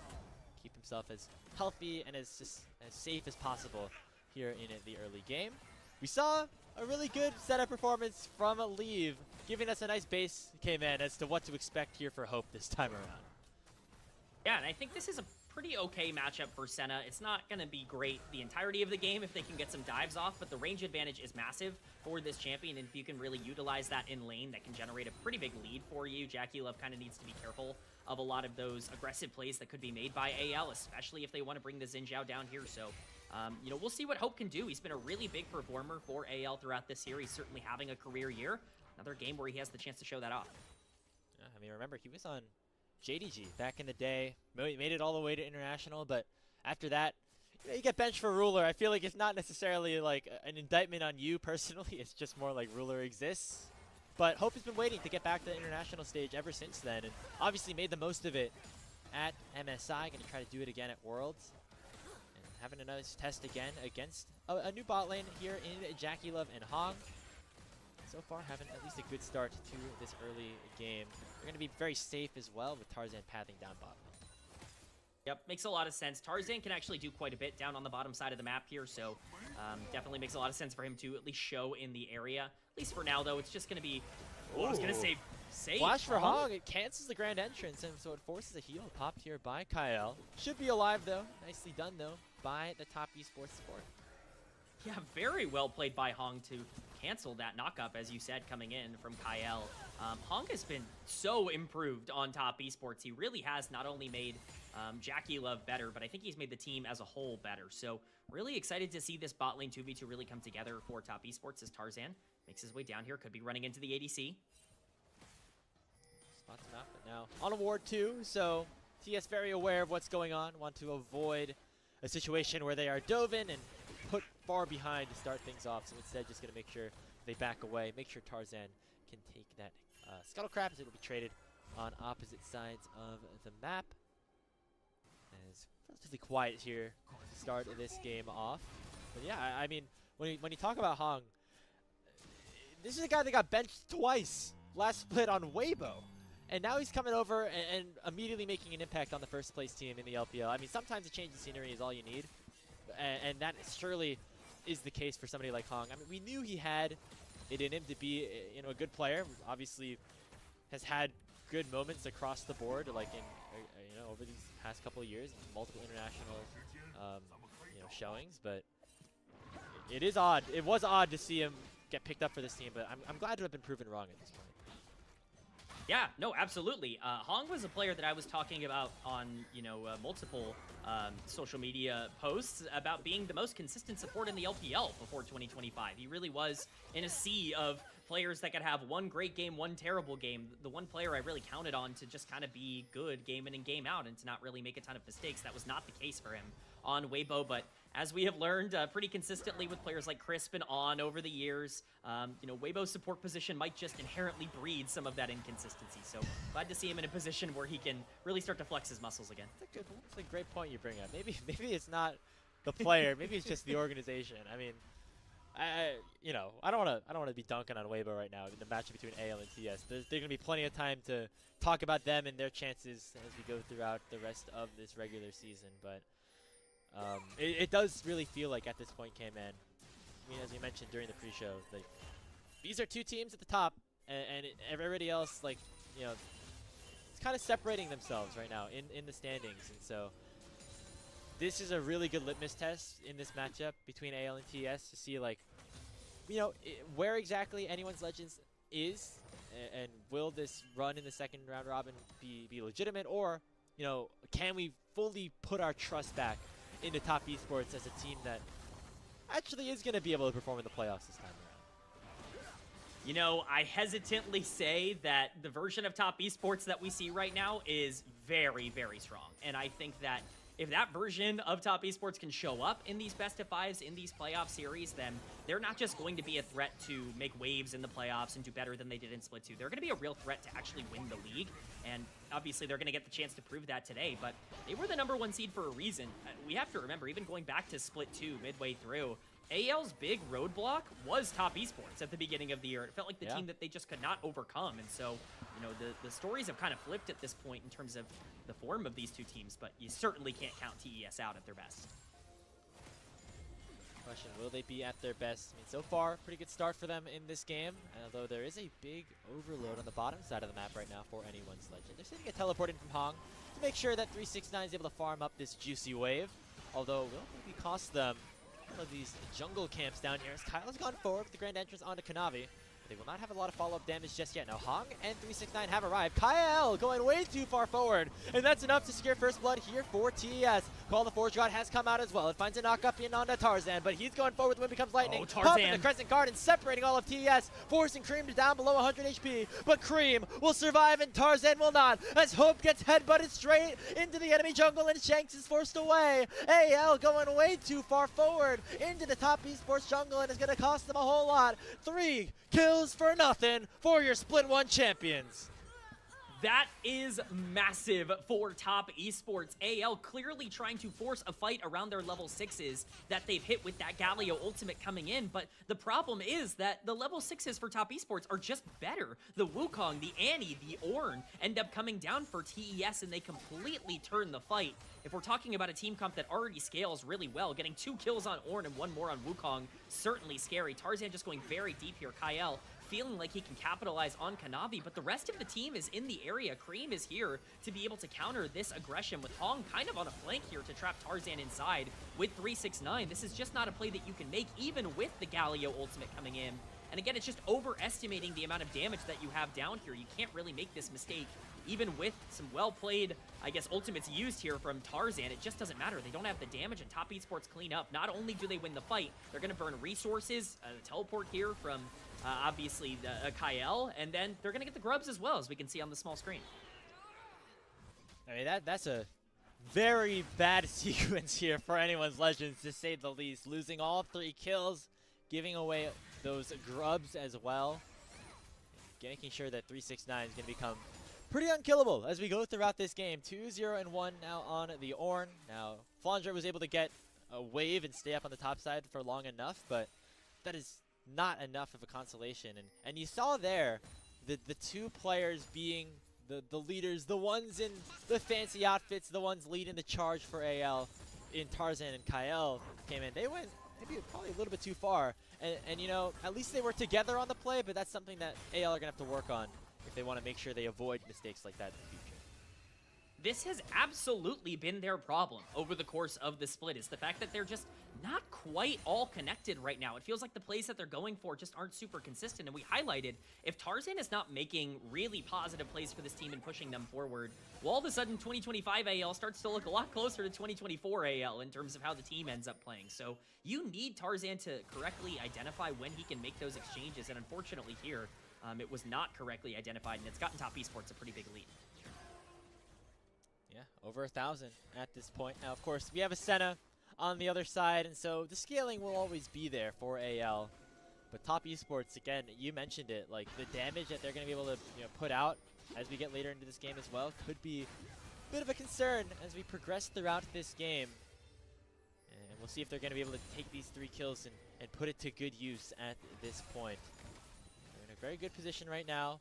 We have the next dragon spawning in a little bit over a minute's time, as TS would love to even up that dragon count at 1 apiece. See some more trading down on the bottom side of the map. Yeah, that's the important thing for AL. If you can still start to get these dragons, your comp does scale very well going into the late game if you can get this Senna online. The problem is it's very difficult to imagine a world where they just outscale Top Esports. I think crucially for TES, the 2 kills actually went on to Ornn. You can get this Ornn, enhanced on the top side. If you can get him enabled, it would be a problem. Hope a target, but is just going to flash out. I got hope the opportunity to pick up a couple more stacks, of course, at the cost of his flash. Cannot be down here as well. We'll see how aggressively TS want to take this. It looks like Very is the answer with the Unbreakable Will available for Hong, but a nice grand entrance from Kyle will knock up the Alistar, make sure that he's not able to continue to go forward, and also take down that wave in a pretty quick time span. But now he steps too far forward again, able to battle dance right back to safety. That could have been real dangerous real quick. Yeah, that's the good part of Rakan, is you can pretty freely check any brush as long as you're not CC chained into Oblivion, but I don't expect this flash from Hope being burned is going to stay unpunished for long. I imagine that there will continuously be some pressure down onto that Senna throughout the next couple minutes. The dragon has spawned, as you called out earlier. It is that Hex Dragon, so no Hex Soul this game for either team, and with Rift Herald being so far away, over 3 minutes away, that dragon is definitely going to be the priority as we see both teams pathing to that side. Teleport coming in as well to make sure that Shanks is there early on in the fight, as we get that same TP matched by Cream, as Top Esports going to be the one to start up the objective. But look at Tarzan, he's in base right now, so there really is no opportunity to go for any sort of contest, and that means that anyone's Legend's going to have to turn their sights elsewhere, that being potentially a couple of plates in the mid lane. So potentially a bit of mismanagement on the reset timers there, allow for Top Esports to even up this dragon count very easily, and now potentially look for a play onto the bottom lane for Shanks. Top side, we also see 369 clearing out this wave, but the dive is going to come through onto this Gallia. We'll see how much reinforcement really is there. The knockup comes through. Dawning Shadow going to keep Shanks alive for a little bit, but he's just not able to move. He finally flashes out, and Hong's not going to be able to take up enough with that Unbreakable Will. So now the target will become Jackie Love. The win becomes Lightning Connects. Nice quickness from Kyle, and AL find a beautiful response mid. It's a much smarter dive from AL, much easier to dive a Kaisa when you have damage coming in from Senna and from Xin Zhao than it is to dive a Galio when you've really only got Annie and Wukong trying to burst him down. Just definitely a difficult play to make work for Top Esports, and that's them forcing their hand a little bit too much. The lead that they had generated from a gold perspective, not necessarily there anymore. So those are the kinds of things you can't really afford to get away with if you want to be a team that continues to pressure the top of the standings. But they are still going to get this tower down on the bot side, which is obviously a lot of gold back into their pockets. Really the only thing they have to worry about right now is the Senna.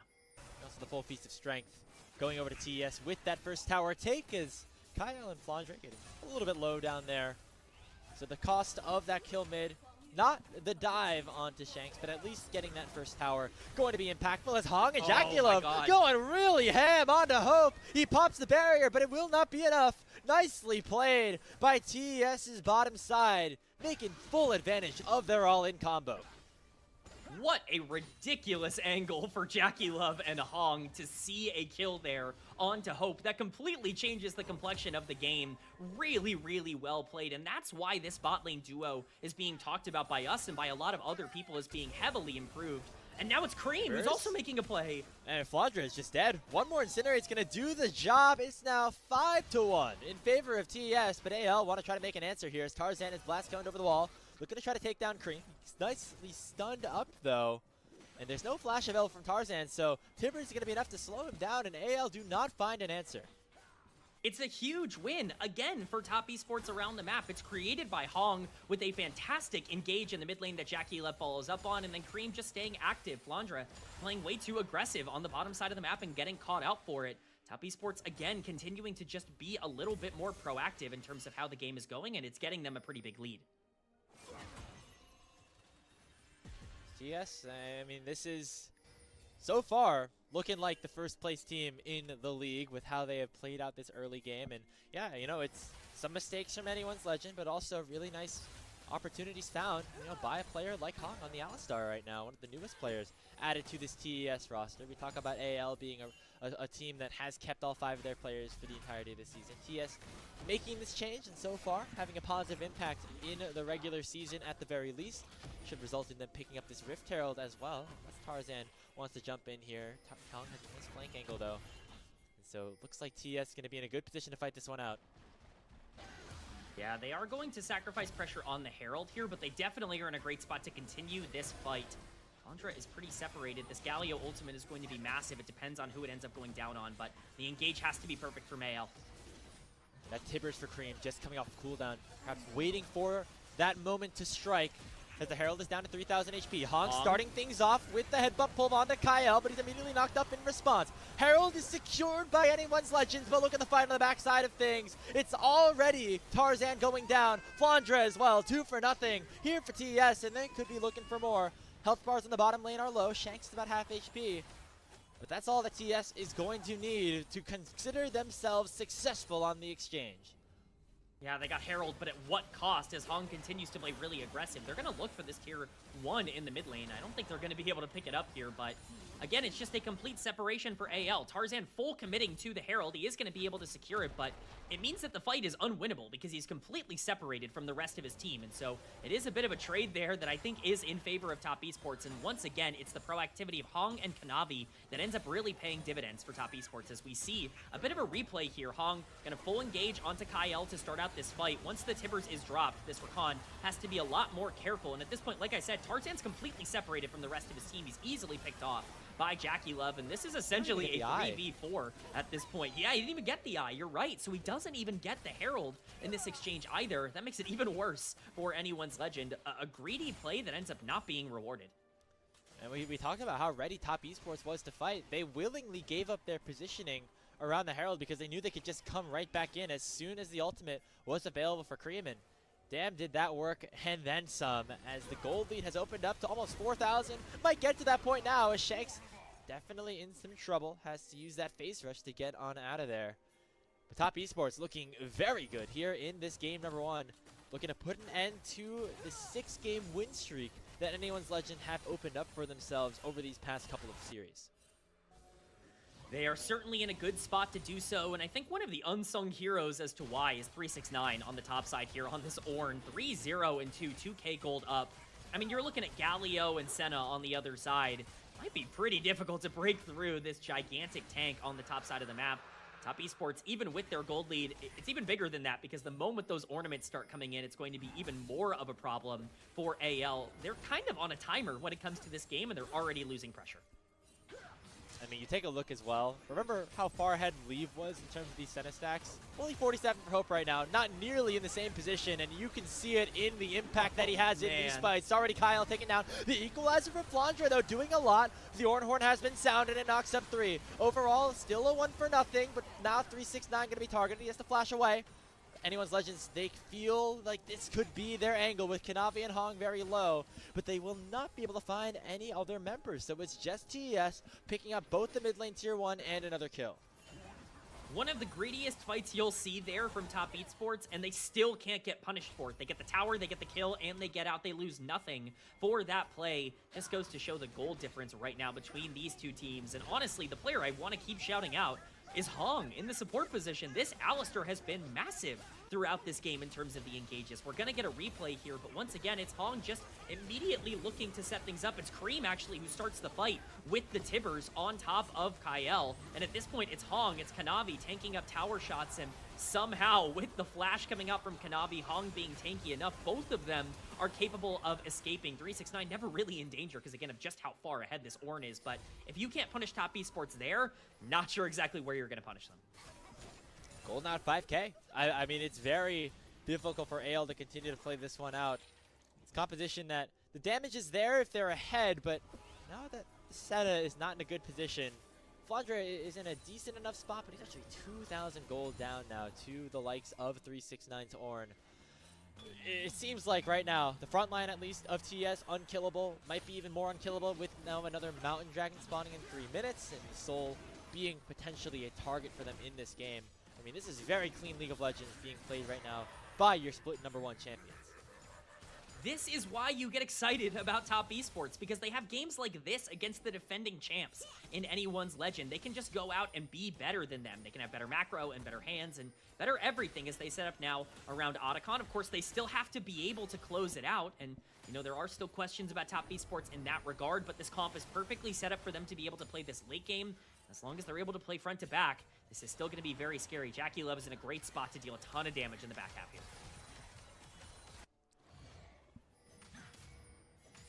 Yeah, I mean, 2 1-1 now with this 2 items. Basically 2 items completed across the board on the important carries for TES. Not in that position on AL's side, and that's a good sign here for top. They go for the Otacon. Right now, Flandre's still on the top side of the map. He's going to have to teleport here soon, or else the objective will just go down. Cream doing a great job boxing out Tarzan. Throws down the Tibbers to make it nigh impossible for Tarzan to get into the pit, but he somehow does anyway. And anyone's legend steal away the Otacon, and we'll find a massive fight. The taunt will land here by Shanks. A kill already secured onto Kanavi, and AL making something out of nothing, picking up 2 kills for themselves already, but 369 with a big knockup, but it will not matter at all. Another kill picked up here for Kyle, as AL will make a miracle happen. Oh, Graves, miracle is the perfect term because that looked impossible. There's no way that that just happened again to top esports. AL continuing to come up clutch in the biggest of moments. Tarzan gets completely chunked up for his entire health bar and yet still makes it in to steal away the Otacon. That's not just an Otacon, that's not just a fight win. It's gold on some priority targets, and all of a sudden that big lead top esports had generated, while it's still a little bit there, is mostly entirely evaporated, as we are going to see this in the replay. Tarzan chunked out entirely before this fight. Flandre super late on the teleport. The Ornn Horn comes out, but it can't lock up Tarzan. He ends up flashing over the wall to avoid the Ornn ult and just gets the smite off on the 50-50 to be able to pick it up. At this point, with the Otacon buff, top esports are so low, and Kanavi's really not able to play the fight at all. Him and Hong, while they've been so good as engagers when they have to play on the defensive, it's not going to be nearly as efficient in terms of how this comp operates, and they have plenty of damage to finally break through 369 here. The game has gone from being close to unwinnable for AL to being in a decently even spot, all things considered. And as soon as we were just starting to crown this moment for TES, AL, they say not so quickly, as they, like they have been doubted for a good portion of the season, now still putting themselves in a position to contest this game. Remember, they were down almost 10,000 gold to BLG in that game 3 just last week, and they were still able to win that one. We'll see if that continues to be the case, and their comebacks still remain true. They will lose this second Mountain Dragon, though.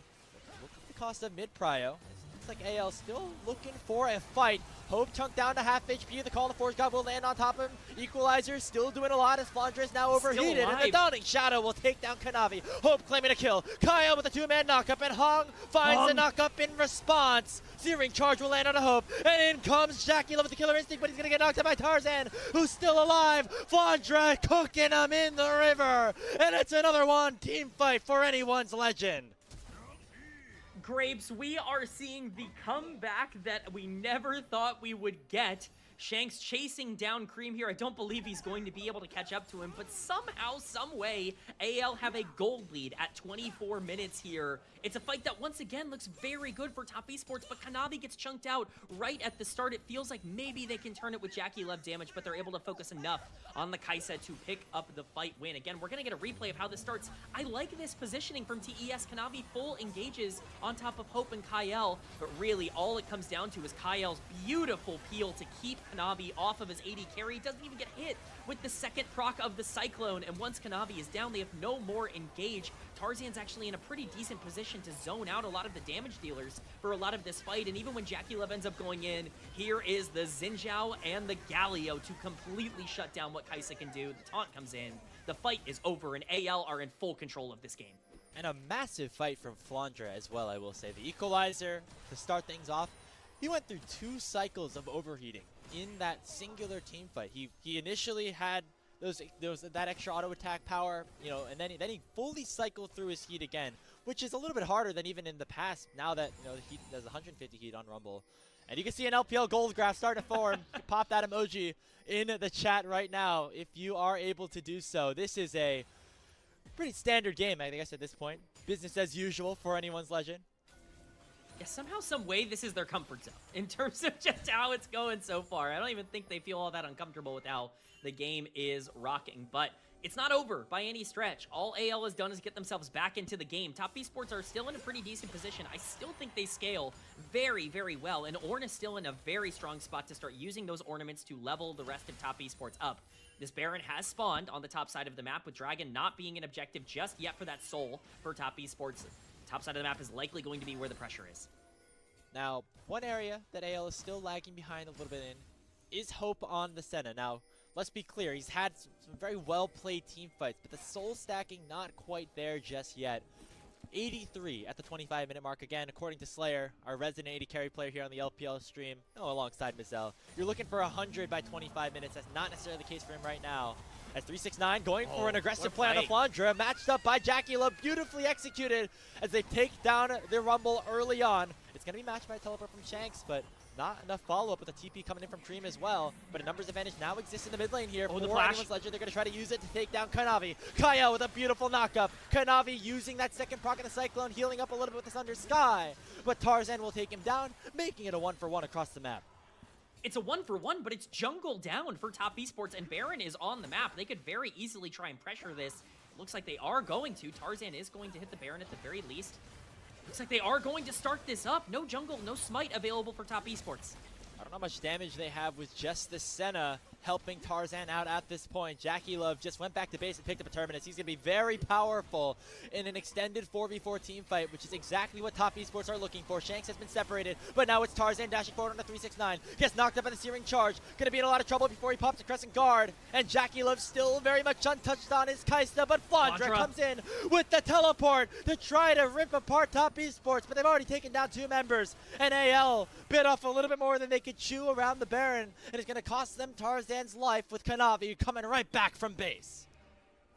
Did the script just get flipped? I'm pretty sure now I see one jungler dead on the side of AL, and Top Esports is now the one pressuring Baron, and honestly, they're in a position to be able to take this, all 5 members up. It's a big, big mistake from AL. The overstay ends up costing them so much, the lives of 2 of their members, and the Baron going over to Top Esports. Dragon is spawning in 20 seconds. That's Mountain Soul for TES. Not so quickly, Top Esports says, as they claim the Baron. Agree with you, K-Man. No chance for AL to finish this Baron, and Jackie Love doing a lot of damage in this team fight. Yeah, I mean, he's completely untouched for a majority of this. Even if his damage is being blocked by Tarzan, he just can't get enough damage off to actually make it worthwhile. Kyle goes in to try to knock up Jackie Love, but he dies before he can get any of the CC off. It's just a bad setup from AL, and they're punished for it. Now Dragon's available still. This would be a Mountain Soul for Top Esports, for 369 and Hong on the beefy boy duo in the front line. So anyone's legend want to make sure that does not happen. But Top Esports going to be the ones to get inner workings onto the Dragon Pit. You see the wave position, not great for your defending champions right now, but they're going to have to go for a play soon. Cream has Flash, has his tippers available. Look for him to be the go button for Top Esports unless AL have something to say about it. Yeah, Cream is in a great spot here. The Ornhorn can also be channeled. It's going to be massive to see exactly who that lands on these close quarters fights. Favor both teams. It's all about execution here. Call the Forge God comes out, finds a knock-up onto Hope, already at half HP, but the Hero's Entrance comes out. Kyle's instantly deleted. That's the first kill, and Kanavi goes to the back line with a Cyclone. Not able to take down Hope, though. Hope's still alive until Jackie Love comes forward. He has himself a quadra kill. It's a quadra kill for Jackie Love, and they don't care about this soul. They don't care about this dragon. They want the Nexus with the Baron buff that they acquired. A game that was living on the knife's edge throughout all 30 minutes of its lifespan is snuffed out in one fell swoop as Top Esports push into the base with their advantage and take game number 1. We thought AL was going to mount another miraculous comeback, but TES throw the Uno reverse card right back at him. Only Kyle remains, and he might be fodder for more KDA padding. Not going to be the case, though. They care just about the Nexus, and Top Esports will go up 1-0 on the series. You know, Grapes, it's the result we thought we were going to get at 15 minutes, just maybe a bit of a roller coaster on how we ended up getting there. What a crazy game number 1. Both teams showing both the best and worst parts of themselves in terms of their execution, but Top Esports with just enough damage and just enough CC to be able to make it theirs at the end of the game. The objective setups for Anyone's Legend have typically been something that we've praised them for. Obviously, have worked out for them to be able to, win that fight, to allow them to even start up the Baron, to allow for this the game to seemingly be turned around a little bit. But Top Esports were able to really punish a really greedy start of that Baron Nashor by AL, and it snowballed into that dragon fight, resulted in Jackie Love just really becoming unlocked. I mean, we talk about the pressure that Lee was able to have on that Senna in game number 2 of our last series. Hope did not have any of that on this pick and really was taken advantage of by another signature performance by Jackie Love on his Kai'Sa. I think the massive difference between that last series and this one with this Senna is just the composition that they're going into. This is a much more difficult game for Senna to play out. The range advantage was, absolutely massive for Senna previously, and that's kind of the big, positive of the champ is just how easy it is to play these team fights. When you have so many dive tools and so many CC tools on the side of Top Esports, it's really easy for them to be able to counter the positioning that comes out from Hope, and unfortunately just wasn't able to have that same kind of impact, and Jackie Love really comes up clutch with a quadra kill at the end of the game. Yeah, I mean, had a great fight beforehand as well around the Baron, so if I had to give an MVP, might go towards him, although Hong had a great game on the Alistar as well. You have to give him credit for that. Really setting up Jackie Love throughout the early game, even though it was Jackie that did a lot in those final deciding moments. Yeah, I think Hong is definitely somebody that I'm looking towards. You can't count 369 out either. I think he had a tremendous game on the Ornn. The Call of the Forge God at the end there in that final team fight was massive. It ended up landing on 3, and it really ended up kind of turning the fight. We looked for the Tibbers to be the engage, but it was 369 who was kind of the primary, engage for a lot of this team and was the one to kind of generate their lead. So I think there's plenty of great options for player of the game, and isn't that what we want? We want all of Top Esports to look good. Yeah, because when they're working as 5, I mean, we talk about Anyone's Legend when Tarzan is working and everything, how they look like just like such a well-rounded team. I feel like you can say the same for Top Esports, especially with how Hong has been playing as of late. Remember, Kanavi, Split 1 MVP. Tarzan has been playing great recently, but it was Kanavi that was seemingly the best jungler in the league for a large portion of the season. And when you look at TES, they really underperformed at first stand on the international stage.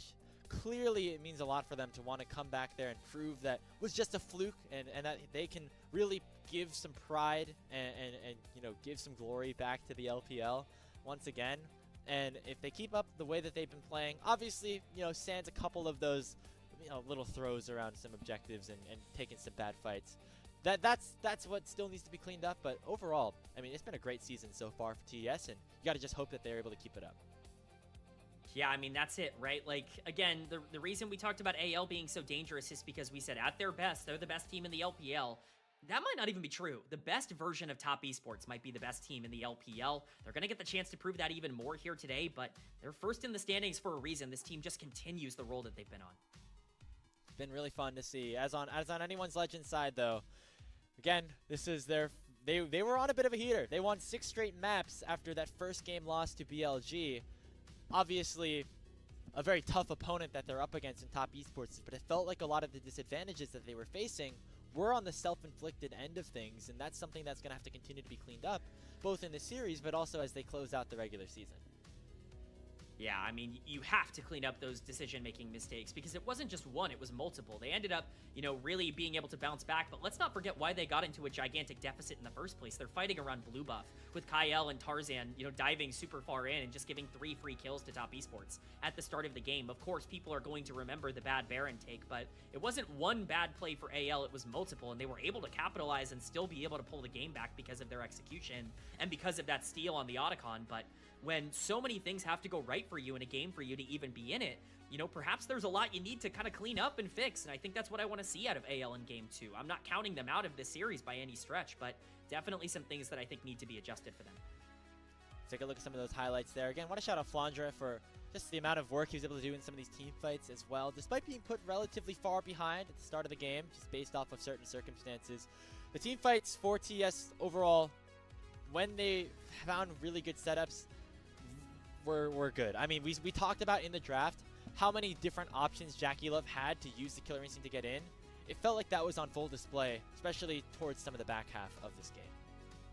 Yeah, I mean, there were times where it felt difficult for the Kaisa to play, but for the most part, I think the frontliners for Top Esports were so consistent at being able to set things up. And unfortunately for BLG, as I stated before, like, their setups were very not clean in this game. Like, they were not consistent in terms of the way that they wanted to make these fights happen. Even this big fight win, which was a win for AL, this is a fight that I think, 5 times out of 10 could go the way of Top Esports if some things just go a little bit differently. So, it's all really just about making sure that those setups continue to be consistent. But again, the frontliners, the engagers from Top Esports, that's who really made the difference here today. And JackeyLove really reaped the rewards. But really, I mean, he played well in that same vein. It's everybody that deserves a big, a round of applause, especially for the way that they played the 5v5s.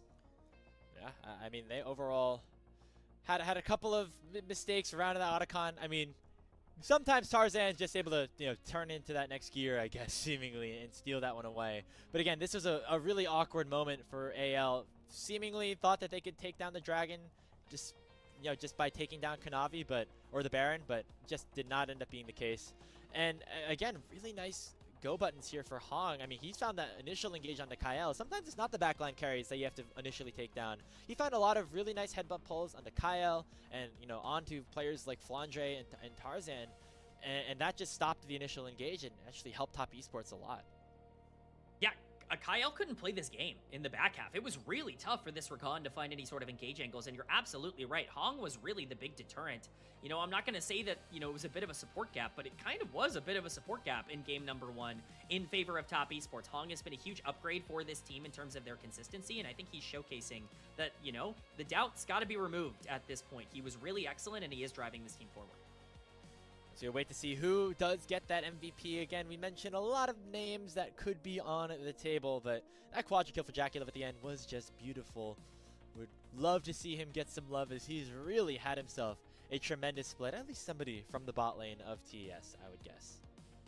Yeah, he's racking up those player of the game nods. I think he's first in the league right now in terms of those. I believe he's tied with Monkey. I could be correct or incorrect on that front, but Monkey, of course, having 8 Game 1 MVPs, and that's just the way things go with WE, but we'll see who ends up winning it here. It's going to be Nice. Hong. Shout out Hong.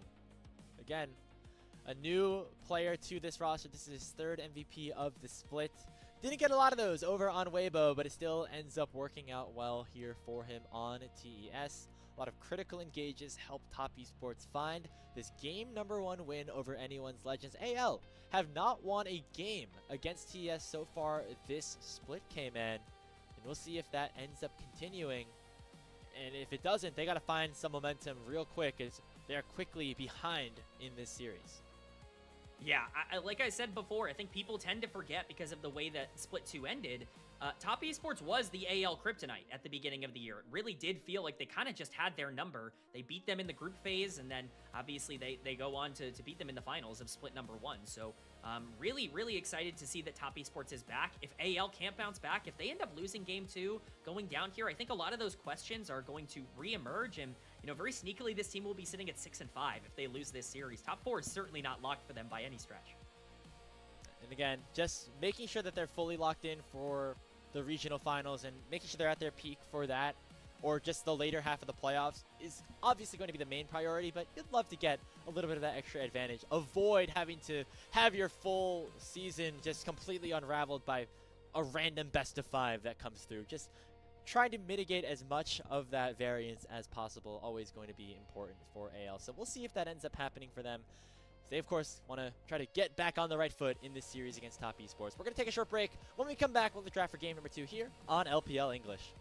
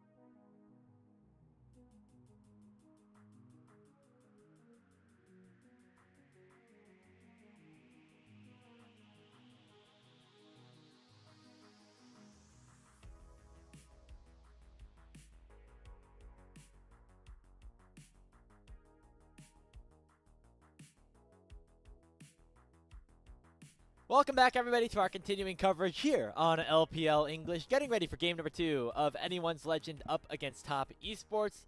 Looked like Top Esports were going to win that game for a while. Then AL seemed like they were bringing it back.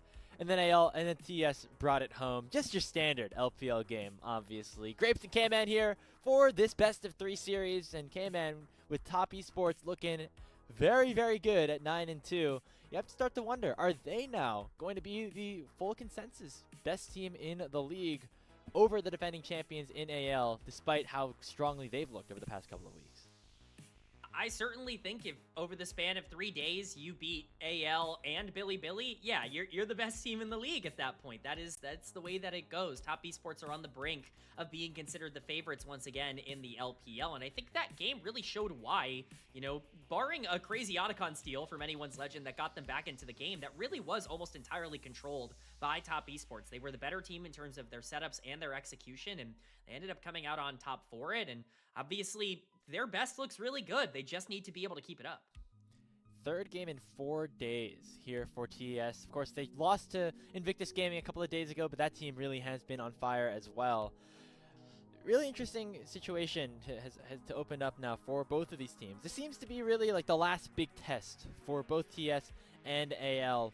Both of them play WE and FPX to round out the season. AL also has a game against JDG. Many consider them to be the weaker teams in Group Ascend. So for both of these squads, a win here certainly will help boost your confidence before rounding out your regular season and getting yourself prepared for the upcoming playoffs.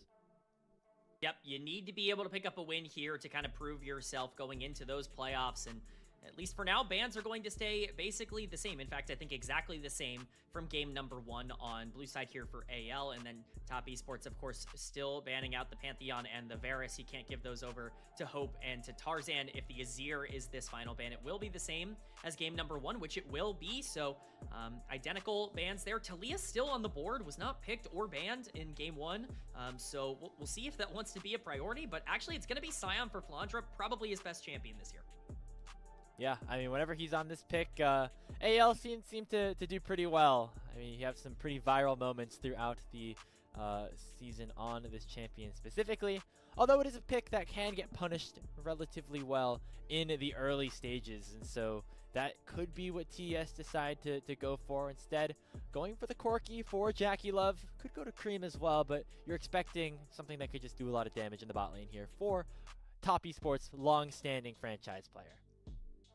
Definitely makes more sense to go to Jackie Love. However, it is worth noting that Cream was one of the better Corki players last year when, that champion was really running rampant in the mid lane. So technically it is still a flex, as you noted, but definitely would expect this to go bot lane. And I think it is just a consistent piece. They want to try to get something aggressive as the answer to the Sion as well on the top side, and it will be 369's Aatrox. He's had some phenomenal games on this champion throughout his career. We'll see if this can be another one. This will be his 4th Aatrox of the split, and all of the games have looked relatively okay from him. Again, some good and some bad performances, but definitely needs to take the aggression to this Sion early to not allow Flandra to be as safe as maybe he would want to be going into the late game. Yeah, I mean, this is always a great matchup here for the Aatrox. Just get yourself a free lane and then really start to scale into the late game team fights. And speaking of team fights, we get Orianna locked in for Shanks, one of his better champions throughout the season. Of course, with that Azir already taken away. Wonder if we see something like a Jarvan, a Nocturne. A lot of options available here for Tarzan, who, again, needs to be really solid in finding his engages, finding his right moments. The Vi is going to certainly help do that. Yeah, Vi gives Tarzan a lot of tempo to be able to play around the map. Obviously, depending on what the answer is on the side of Top Esports, but a lot of the aggressive junglers that you'd want to answer Vi with, they're not available right now. Pantheon is, of course, still banned out. Trundle is banned out, and you had the Xin Zhao taken off the board in game number 1. So not as many answers to that Vi as maybe you would like coming into this game number 2, but it does give, AL at least some opportunity to play through the mid game, which they couldn't really do at all in the previous game looking for that scaling. But the Rel is going to be the lock-in here as a pairing for the Corki. This will give Top Esports the chance to ban out a lot of those bot lane matchups they don't want to see, which I think is huge. And Hong got player of the game in game 1 for a reason. I think giving him another playmaker that can engage is a good deal. And the Rel is certainly a champion he has experience with on Weibo this season, and as you say, now can target some bot lane picks, things like the Poppy, support for Kael, a Braum potentially on the table to be banned away as well. On AL side though, as you mentioned, continue to pinch Kanavi's pool. probably would be a pretty good sign of things in terms of your expectations, but it looks like actually showing some love to Cream as well. Aurora typically does decent into that Orianna, especially in the early game, so not surprised to see that one taken away. Yeah, I think it's possible that we just see a mage into mage matchup here. If they want to ban out things like Victor, I think that would also make sense to take off the board for Cream. Outside of that, I don't know, Cream could go to his assassins. You know, Ahri, Akali, these are the kinds of things that would kind of be the next on the board in terms of trying to play around the Vi and trying to actually, you know, pressure up. But that would mean a pretty specific jungle pick. I imagine there's still a lot of options available, but it will just be the Taliyah banned out here. Somehow, some way that champion has made it through pick and ban all the way to second rotation here in game 2, but will not be the option, as one of the champions that you at the very least talked about earlier is hovered here. We'll see what ends up being the lock, but they do need some playmaking. They need some setup here. The Rel can't do it all on her own. Most likely a mid-jungle selection here for TES, unless, of course, we see that flex of the Corki into the mid lane.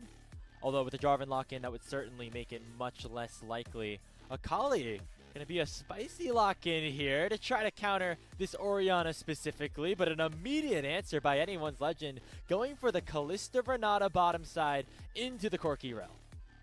This was a bot lane AL had a ton of success with in Split 2 in terms of the regular season. Obviously, the opinion of Kalista has changed quite a bit over the last couple of months, but this champ can still be very effective in terms of taking the game to a champion like Corki.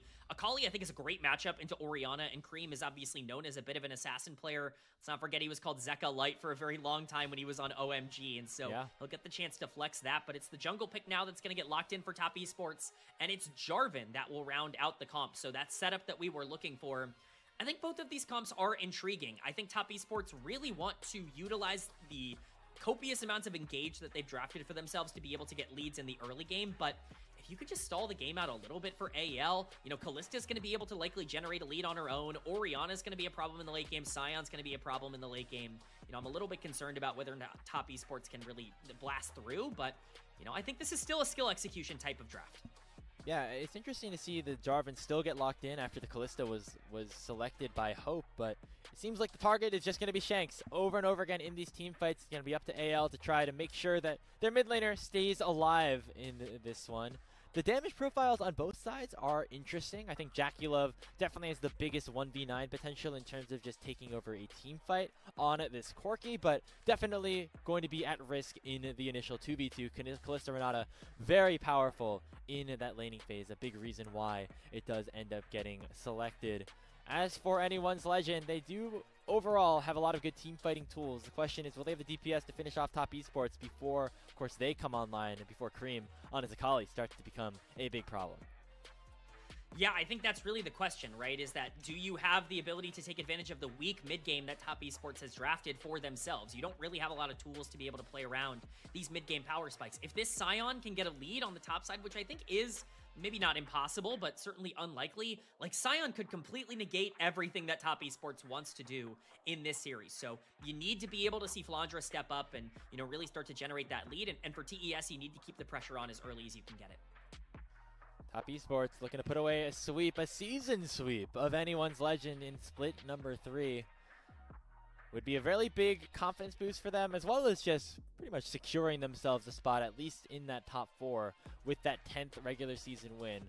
Don't quote me on that because I haven't done all the math, but I feel like with, of course, the opponents that are left for them, it certainly would be a possibility. I should say they already have locked themselves a spot in the playoffs, so that is definitely a good sign for them so far.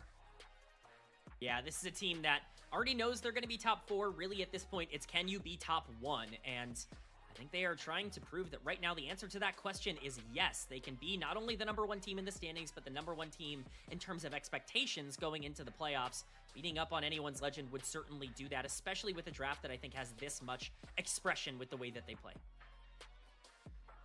And that's for AL. Of course, they have not locked in their top 4 spot, as you have suggested and you know, continue to remind everybody, as they've taken some losses specifically towards the early part of the season. Of course, they have had better results as of late, but a loss here to top esports, especially if it's a 2-0, would certainly not be the most pleasant situation for them. Obviously, they have some get-rights ahead of them in JDG, WE, and FPX, but of course, if you're the defending champions, you want to prove that you're able to take games at least, if not series, against the top contenders in the league. Yeah, the question shouldn't be, can AL, survive until their Get Right series? If that's the conversation you're having around anyone's Legend, the defending champions, then something has gone wrong. Every game should be a Get Right for AL. They should be favorites in everything that they play. And so the fact that they do have their backs up against the wall here, we've seen this team be able to come back from bad circumstances before. They're resilient. They have players that have been doubted and have overcome a lot of those doubts, but they need to show it here today, because dropping 2-0 to Top Esports would be a bit of a disaster for them in terms of not just the standings, but the mental with where this team is at going into playoffs. It does look like we have a bit of a brief pause going into the game. Otherwise, definitely been hearing those gyos already, which we love to see, of course, here on the show. Hey, just in general, for this team, just a matchup of two really high-quality teams. Gonna make sure everything is nice and prepared before we load in. We don't have anybody at any, unfair advantage one way or the other. Yeah, you definitely need to make sure everything is right, because this is the game that could determine so much of the rest of your narrative. So you really need to make sure everything's good, but still quite a lot to talk about. Again, I think the Scion is really important, but that really puts a lot of pressure on someone like 369 on this Aatrox. We talk about how this is a good lane matchup for Aatrox, where he can play relatively safe in the early game, get his own lead, and scale into the late game. Well, 369 has all the tools he needs this game to kind of take over in terms of the positioning. There's a lot of setup on the side of Top Esports and AL, as well, on the other side of that as well. So it's really just about if you can get yourself into that spot, and especially with how important Scion is, can this Aatrox really be the antidote on the other side? Yeah, I mean, that is always the question. It feels like there's always different answers into the Scion, but it's been such a powerful champion over the last couple of patches. I mean, hey, it even got a buff here on 25-16, right? Which I'm happy with as somebody who does play the champion a lot, like when I'm playing League of Legends on my own. But in terms of competitive play, always very, very strong. He's able to withstand a lot of the pressure that even some of the best laners can put at him a lot of the time, especially now that lane swaps have become more popular as well. You can get him out of a bad 1v1 situation, and Flandre's certainly been able to take advantage of that throughout the season. I mean, you still remember back to that moment around the Nexus where he was just soaking up damage, like 1v5ing the entire enemy team and not going down. Definitely one of the better, or one of the more fun parts of the year that we've had so far, which, okay, man, the season is quickly winding down. Only a month or two until we're fully wrapped up here on the LPL side of things. And then, of course, we got to send our 4 representatives over to Worlds.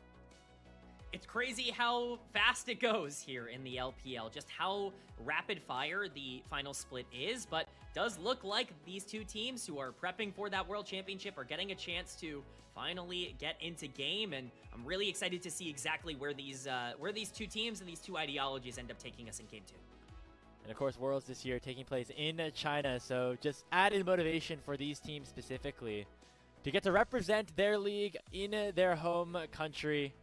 And of course, these are two teams that we feel are primed to do just that if they can continue their level of play. But right now, it's Top Esports, who are looking like the best team in the league, like their first place record suggests. They took game number 1 of this series against the defending champions of anyone's Legend.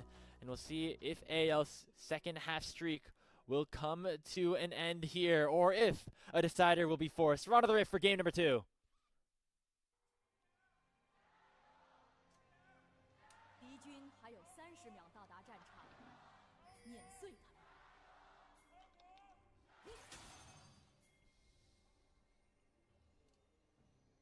As we are on to the Rift for Game 2. Once again, it's AL with the traditional ward start here. Tarzan trying to get as much vision as he can of Kanavi, who once again will just spot it out.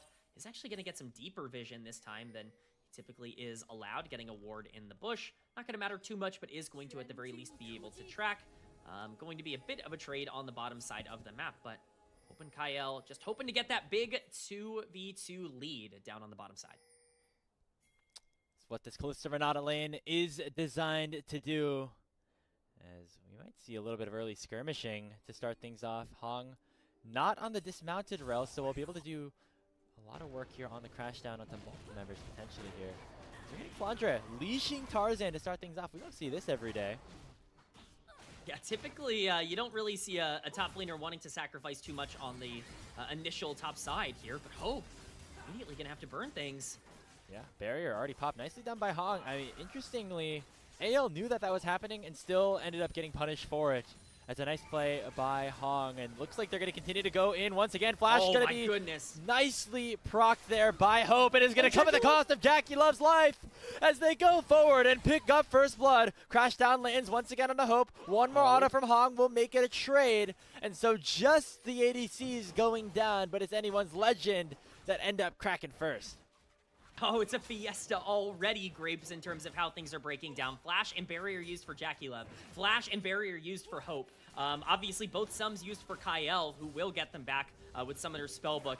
Heal utilized for Hong as well. Flash, you know, the #1 Flash as well there, too. We're still seeing some supportal combat go on. A fiesta really kicking off on the bottom side of the map. It ends up being kills on supports at the very least, and so it's not entirely game-breaking, but Kanavi taking a lot of damage pathing through the mid lane. What did he do? Did he take a wolf camp? How is he at 8? How is he at 8? How's he at 2 camps if only... Am I crazy? Did he steal something? He must have stolen something. Yeah, he must have. We didn't get a chance to check because of just how insane that 2v2 was, but again, at 8 CS and level 2, you know, his Raptors and Krugs are still up. Certainly something going on there. We'll have to, you know, maybe check that out after the game, but at least for now, still an okay spot, I would say, for everyone involved. Somehow, some way, I think we walk out of that relatively neutral, but it is a nice kill for the Kalista, who's going to continue to have a ton of pressure.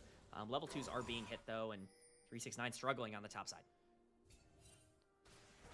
Just trying to get this wave crashed in before he can call this a full success. Is taking a look at how this one did unfold. It looked like initially a great play here from Hong, but Hope doing a nice job to turn it around, especially by buffering the flash that he was expecting to come out from the Rel.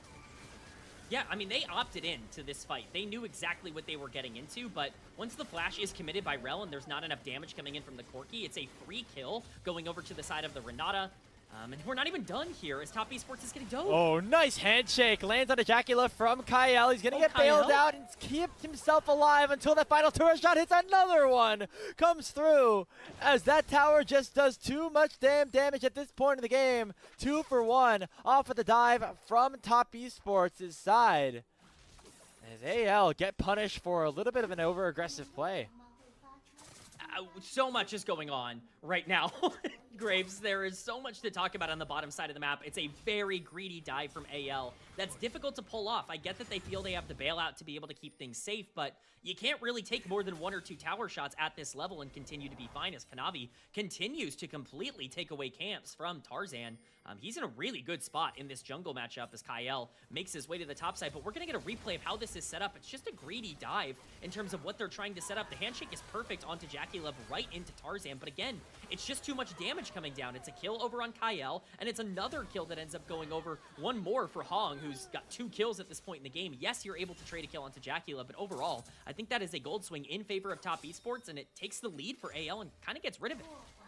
I mean, a really nice job from Hong once again on the Rel, helping Top Esports come alive here. And if you want to play like Hong, top tier support, well, you can get some coaching over at ProDiff, the sponsor here of LPL English. Use that code LPL10 to save 10% on ProDiff. I've been trying to get this read in for so long, but the action still does not stop as Shank's getting targeted by Hong once again.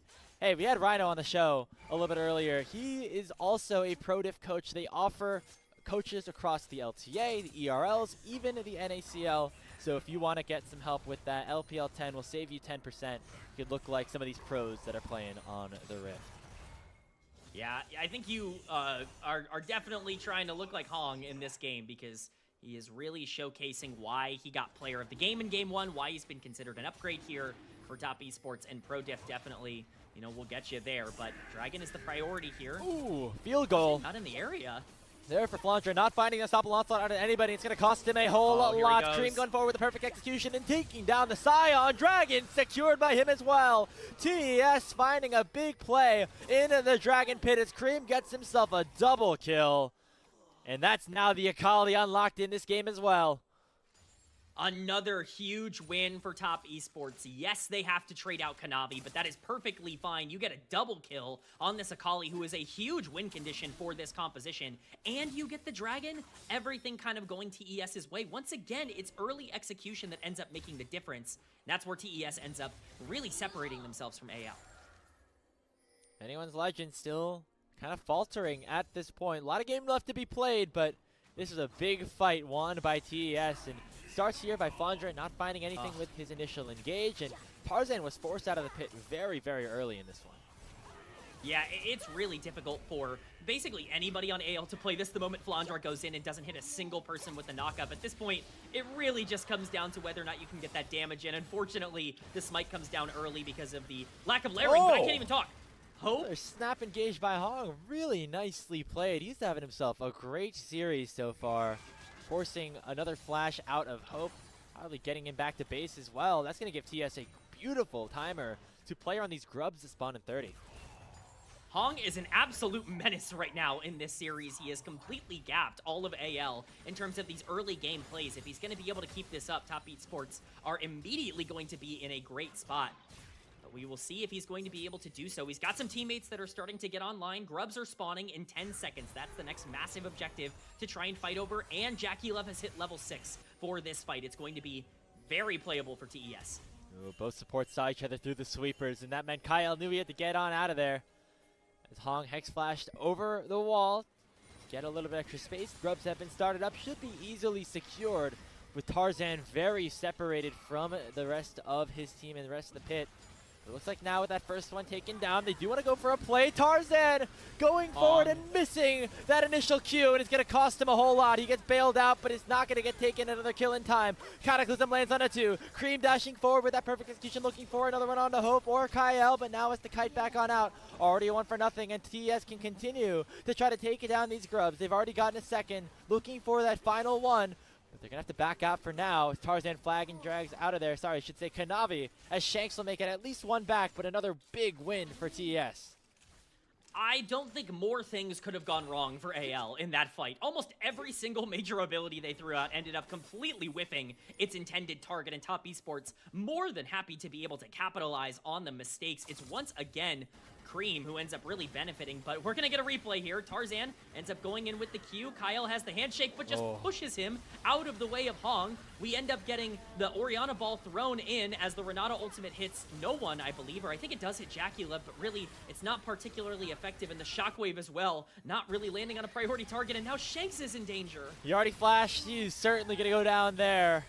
As things falling apart quickly for our defending champions against Top Esports, who have seemingly become the Panda's kryptonite here in Split 3.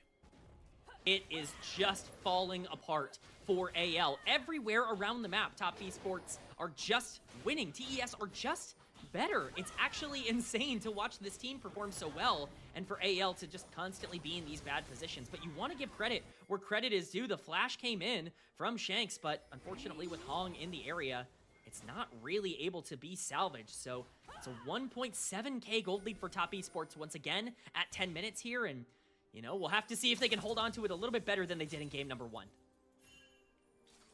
Yeah, because obviously they held on to a big lead in game 1, and it was quickly tossed back into AL side. Obviously, Top Esports won another fight after that to make it, you know, a 1-0 series lead, as you see at the top of your screen right now. But the way AL are built compositionally speaking, definitely opportunities for them to come back here in this game, specifically through their top side. Flandre having a good time so far in this laning phase. He's going to have to be a big part of what AL do with the remainder of this game with the help of Tarzan, who looks to be setting up for a play on Kanavi, but he misses the vault breaker, and now it's the flash away. A big cooldown utilized by the AL jungler, but now they're going to try to go for Kanavi, who has flash on his own. Cease and desist comes out, but 369 has popped the ward. Then a nice shockwave coming through from Shanks will pick up another kill finally into the hands of anyone's legend. Cream uses his ultimate defensively. They're going to use the blast cone to escape, and AL only getting one off of the play. It's a really nice find for AL. They at least were able to get one. That's a situation where I am a bit concerned with, you know, Cream having the only completed item, but Hope might be the target on the other side. He's going to play defensively enough to be able to get out of the circumstance. Now 369 could be in danger. The action never stops. Flashes away from that vault breaker, gets hit by the decimating smash, but there's no follow-up here for Tarzan, so that'll be all up on the top side. Down bottom, though, some supportal combat around this control ward, which is what you love to see. Handshake landing on the Hong. Might have gone a little bit too far forward, but will be able to survive through the ignite as we get another dive on the top side. We're fighting on both sides of the rift right now in this game, too. AL win up top, and nobody dies down bot.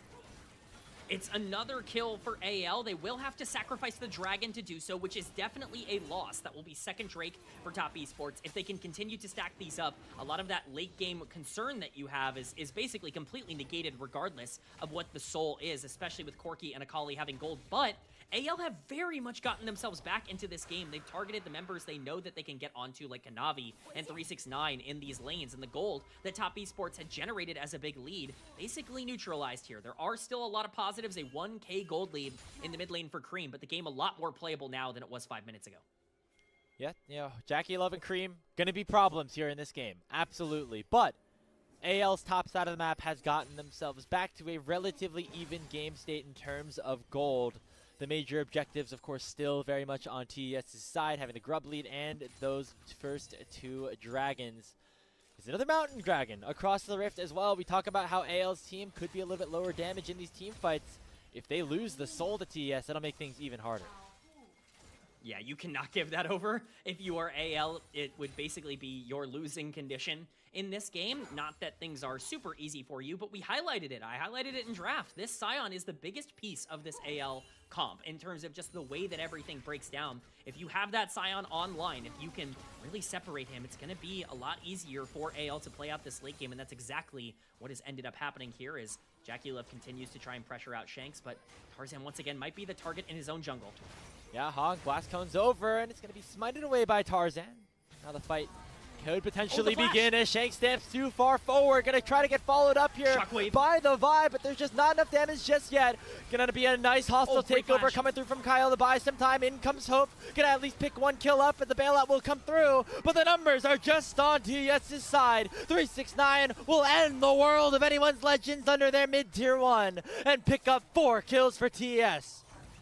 Absolutely massive for Top Esports. A very, very close exchange there that I'm happy to go over in a replay perhaps, because Jackie Love with the pixel perfect flash to get out of the Renata ultimate, they lose that fight if he ends up, getting hit by the hostile takeover. So, really great stuff from Jackie Love to get out of that, but a great setup once again from TES. It's Hong who creates everything for this team. He's been on fire today and once again expresses his skill on this route. And Tarzan was able to successfully get this blue, but this is Shanks just severely out of position. Yeah, he wants to grab this blue buff in terms of his jungler being able to pick it up, but has to basically die for it. The moment this hostile takeover comes in, look at the edge that Jackie Love is able to flash out onto, and that's the damage necessary to take down Tarzan and to turn this fight in favor of Top Esports. Really huge play from everybody involved, but it's a huge mistake once again from AL being in the wrong spot with bad setups, and this is something that has carried over from the first game into game number 2, and it's been a real issue for this team so far this year. We thought maybe some of those inconsistencies were remedied going into the second round robin, where AL have been 3-0, right? Taking wins off of teams like BLG, IG, even Weibo, considered to be, at this point, a team very close to them in the standings. But Top Esports having none of it so far. And of course for them, after their struggles internationally, their struggles in the last playoffs, doing well in the regular season is nice, but what they really are hoping for is playoff performances, is international performances. But, you got to take care of business when you can. And right now, there's only these regular season games in front of them, and they're doing a good job with them. Yeah, all you can do is beat the opponents that you are tasked to face, and right now, Top Esports is doing so, but they want to contest over this Herald. It's already getting very low. Yeah, 5 members of AL are here. Soon to be getting matched by 5 of Top Esports. Flandra doing a nice job soaking up some damage on the front line. The hostile takeover already coming through from Kyle. Taking down Kanavi. But look at Cream in the back line. Able to one-shot Hope. The Shockwave does a lot. But the perfect execution from Cream is way more. Flandra now separate from the rest of his team. But Cream will fall. Tarzan doing a nice job keeping his team in this team fight. That's just a 3v3 that has been opened up. Gatling gun open for Jackie Love. Will force Flandra and Kyle away, as the health bars are still on Top Esports' side after the 2-for-2. Man, that could have gone just slightly differently if we had a little bit more damage from Shanks. He ends up hitting a really crucial shockwave in that fight, but it's just not enough damage to actually tear down the backliners of Top Esports. Cream can't really be stopped at this point. He has gotten so strong on this Akali that he's going to be able to break through somebody in these fights. And when Kanavi goes so aggressive as a setup, all you can really do is follow. We're going to get to see a replay in this instance. It's 369 and Kanavi stepping up, and the moment he gets handshake, he just says, all right, screw it, I'm going in. Hope and Kyle, you're going to have to deal with it. The hostile takeover does come out, and unfortunately does fall to his own teammate, but at this point, Cream is in a great spot to clean up. Again, if there's a little bit more damage on that shockwave, maybe things go a tad bit different, but Cream is able to survive and really thrive at the end of this fight, even if Tarzan does end up pulling it back with some really nice plays there. So, well played overall, I would say, by AL, but Top Esports just a little bit too far ahead. It is going to be the Rift Herald picked up for anyone's Legend, but it'll come at the cost of a big chunk of damage, if not the entirety of this bot lane tier 1, and also inner workings on the Dragon Pit that would be Mountain Soul Point for TES. Tarzan immediately will pop that Herald in the mid lane to try to generate some extra pressure. The mid tier one going to be the target, but already TS have gotten a tower in response, so an even trade at the very least for the Split 1 champions. They will be able to take this tower in the mid lane. Anyone's Legend retreating back to their base. They will not be able to initially start up this dragon. Yeah, this is well played by Top Esports. They recognize that AL can't walk up. They can't start this dragon. So why not just start taking a lot of the standing gold on the map? Why not send Cream bot lane and 369 top lane to grab those towers? Shanks still potentially looking to catch this wave on the top side with Tarzan in the area, but it's still going to be Dragon for Top Esports. It doesn't matter that they move players to the other side of the map. They understand how much pressure they really do control. This is Soul Point on Mountain Soul for Aatrox, Jarvan, Rel. Even Akali with Mountain Soul can be very, very difficult to deal with, and so things are getting very, very dire for AL quickly. Yeah, I mean, the damage just really is not fully there, especially with Hope being very significantly behind at this point on the Kalista as we get later and later on into this game for anyone's Legend. So TES getting the Mountain Soul would be absolutely massive for themselves to just continue to add to the durability that they do have. Gold lead only at 1,500 right now came in, but it feels like a lot more at this point. I think in terms of map control, it absolutely is a lot more, just in terms of how much they're going to be able to get for free based on their setups. Now, not everything is going to be completely free. We've already seen Top Esports with the lead throw at Otacon, which is spawning in just under a minute here.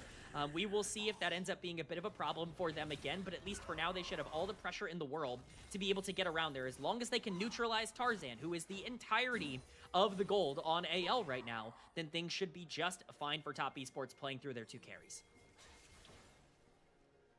Yeah, I mean, if Cream and Jackie Love, they're in prime position right now to really have a great performance. And for Cream on the Akali, I mean, I know a lot of the time in recent splits, for TS especially, like, he's been known as being the, like, kind of a control mage player, somebody who's able to just, like, you know, play the Azir, be a consistent force, and, you know, for this team. He was known on these assassins like far before that, right? When he was on OMG, what got him an opportunity to play on a team like TES. And so very cool to see him once again on a pick like this, 6-1-2 on this Akali, having himself a very good showing at the moment. And just given the way the game has gone, K-Man, you're expecting even more of that as we continue to progress. Yeah, let's not forget OMG Crime from back in the day, spamming Akali and Silas every single game. This is a guy who very much feels comfortable on these champions and can completely take over games in these circumstances. Kyle potentially caught out here. Top Esports a little bit slow on the react. They're not quite in the range to be able to fully capitalize. But once again, it's just free engage for TES as they set up around the Otacon. And it's so hard to face check this if you are AL because of the amount of setup that TES have. You walk into a Jarvan or an Akali, it could immediately be game over.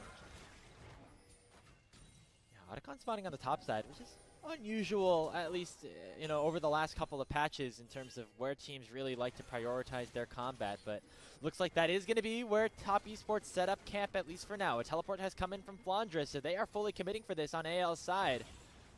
And Top Esports are okay with that. However, 369's at half HP. He's going to have to go back to base, and Top Esports maybe try to play this one out a little bit slower now.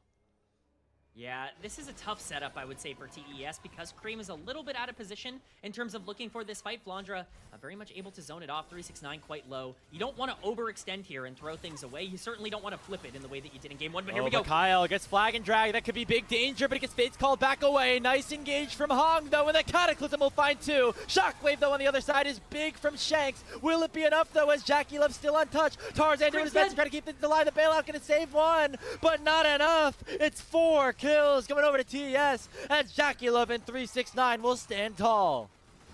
What a close fight, all things considered. I think AL did the best they could in that instance, holding a lot of their key ultimates for, key times, but Kyle getting chunked out at the start of the fight and really not having the HP advantage and certainly having the gold disadvantage at this moment ends up really coming back to bite them. I think Tarzan played really well in that exchange, but once again, it's TES coming out on top. This looks just like a standoff, at least for now, but it is Top Esports who makes the call to go in again. It's Kanavi going in first, and Hong with the re-engage. The flash ult onto Hope and onto Shanks is absolutely massive. The Cataclysm following it up does so much damage, and while the Shockwave is doing quite a bit to be able to lock into the cage, at this point it's already so difficult with the lack of health you have on your carries. Jackie Love gets to free fire on the backline. Tarzan tries his best to pull this back, but he just cannot.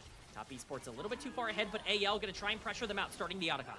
They're going to start this one, and Tarzan doing a lot of damage right now on AL side. Kanavi very far away, so they're going to actually sack this one and set themselves instead up to take this mid lane tier 1, maybe even a tier 2, and get themselves prime positioning around what would be a mountain soul for them. So a conscious effort by TES to give away the Otacon, and we'll see if it ends up working out for them. We see an unstoppable onslaught being used by Flandre to make sure that 369 does not take yet another tower, as it is a nice bleed of gold going over to TS's side. Yeah, you can't throw at Otacon if you don't contest at Otacon. So I guess that really is kind of the mentality here for TES, but you're absolutely right. The Dragon is the priority here. It's sold, spawning in 10 seconds. Every bit of setup has to go towards this objective, and right now that is clear for both teams that they really want to be able to prioritize this. 369 can be caught, though. They're going straight for 369. It could give enough time here for TS to start the Dragon, but instead, they're looking to cut off Kyle. He gets taken Shockwave down on before Kanavi. he even uses the bailout on himself. It'll come down with Kanavi making it 1-for-1 so far, but Hoof gets singled out by 369. Tarzan, though, will lock down the Aatrox, but Cream is able to get one right back. It's a 3v2 opened up. Flandre and Shanks against the world, but Top Esports are the world of the LPL right now, and they're able to take down Shanks, single out Flandre, and pick themselves up an ace. It is huge for Top Esports. It's a miracle play for AL, or at least an attempted miracle play to try to catch 369 out on the bottom side of the map. They want to turn on to Kanavi as fast as possible, but it just takes too many resources in order to burst down this Jarvan. And unfortunately, the mispositioning of Hope on this Kalista ends up really coming back to bite anyone's legend. The fight does not go their way. Top Esports are going to secure this Mountain Soul, and that very well could be the final nail in the coffin. The soul, the team fight, everything going TS's way here in this second game, as it looked like initially a nice pick on a 369, but Top Esports do a great job of collapsing. Yeah, again, it just takes so much to burst down Kanavi. Cream with the stopwatch ends up coming in really clutch. He doesn't take any damage from the Shockwave. It lets him fully play this fight out as aggressively as possible, and at this point, the two carries are still alive for Top Esports. If you can't get on Cream and you can't get on Jackie Love, you cannot win these fights, regardless of who you end up taking down, and that's really been the problem for AL. They cannot separate their own carries. Hope ends up falling quite early in that fight as well. It really ends up coming back to bite them, despite how great the map state is. Gold lead still within reason for AL, but the Mountain Soul certainly makes that a bit wonky in terms of calculations. Yeah, I mean, Kalista, those spears are gonna feel like toothpicks right now into the TS composition, as Hope is not nearly far enough ahead for this Kalista to do any sort of meaningful damage. Neither is Shanks, who's had a tough series overall once again. Cream getting the better of him here on this Akali. 11, 2, and 6 on the pick, as Baron has just now spawned, and Top Esports have a very easy time to start this one off, especially with those Mountain Soul shields. They're going to force AL to try to face check because they know they will win a 5v5 fight at this point. Oh, and they go. Immediately, Hong going in with the two-man Magnus Storm, taking down Hope as we speak. It is nobody taken down just yet on Top Esports, as the damage just is not there. A double kill for Kanavi as 369 is chasing down Shanks. Baron easily on the menu now for TS. And that is the dagger. That is the game-ending play, and who else but Hong, who has been massive for Top Esports over the course of the entirety of this set, makes the gigantic play. They burst down the primary duo of AL, and they grab themselves a Baron for their troubles. Grapes, Top Esports are just better right now. There is no disputing it, and we can see it in the replay here. Hong on a ward. Full vision of this. AL feel like they can walk up, but they don't respect the engage, and the damage coming out from Jackie Love to be able to immediately punish the engage is absolutely massive from this point onwards. Even with the Corki chunked out, there is just not enough damage on the side of AL to ever make this fight worth it. And it's the proactivity, it's the aggressiveness, and it's the great play of Top Esports that really separates them. And, you know, part of the explanation of why the Kalista Renata had such a tough win rate at MSI is when you play against competitions like Top Esports is right now, very difficult for them to function after the first couple of minutes, especially if the laning phase does not go perfectly their way. As Jackie Love and Hong doing another terrific job here in this series.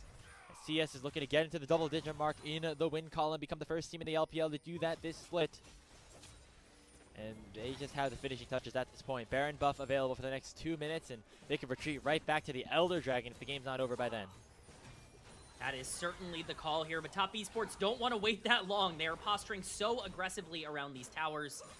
But the AL is looking for a potential engage, though. Yeah, already. The vault breaker forward from Tarzan, but look at the flank from Hong at this point. And in the meantime, it's Jackie Love just taking down the entirety of that tier 2 turret in the bottom lane. Immediately is AL going for something on a 369. A pick would be nice, but the rest of the base could be in tatters. And 369 is still alive. Finally gets taken out by the Rend of Hope, but Hope's in a lot of trouble right now as Cream is looking to dive on top with a perfect execution. There's the bailout, there's the Magnet Storm, and there is the game. Top Esports watched AL triumph in Split 2. They watched their international success, and they took that damn personally. A season sweep over the defending champions in Split 3 as TES are the best team in the LPL right now. Top Esports prove without a shadow of a doubt that going into the end of the year, they are your favorites. They are your heroes. And I know LPL fans don't love to hear this, but your hopes rest on Top Esports right now because they look like the single best team in the LPL. No notes for TES, a very clean 2-0 win over the defending champions, and then they are frightening going into the playoffs, ladies and gentlemen. Oh boy, we are really ramping up for Top Esports now. This is the best they've looked all year long. I think even going back to Split 1, can you remember a time where they were this dominant in terms of their victories? AL obviously struggling quite a bit in this series, but Top Esports is forcing them into a lot of these bad decisions that they end up making. This team is on fire, and they are looking incredibly clean. And TES jumps up to 10-2 with matchups against FPX and Team WE to round out their Group Ascend double round robin. Just a terrific position to be in. Obviously, playoffs become the most important thing. You remember how strong TES was all season long in Split 2 after coming off of that international performance at First Stand, or lack of that thereof.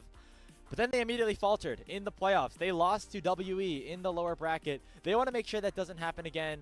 But K-Man, right now, all we can talk about is how they have looked in the regular season since. And with Hong slotted into this roster, this was a perfect example of what he was able to do, as he had a tremendous series in this one, setting up both Jackie Love on the Corki and Cream, who got into the double-digit marks in kills on the Akali this time around.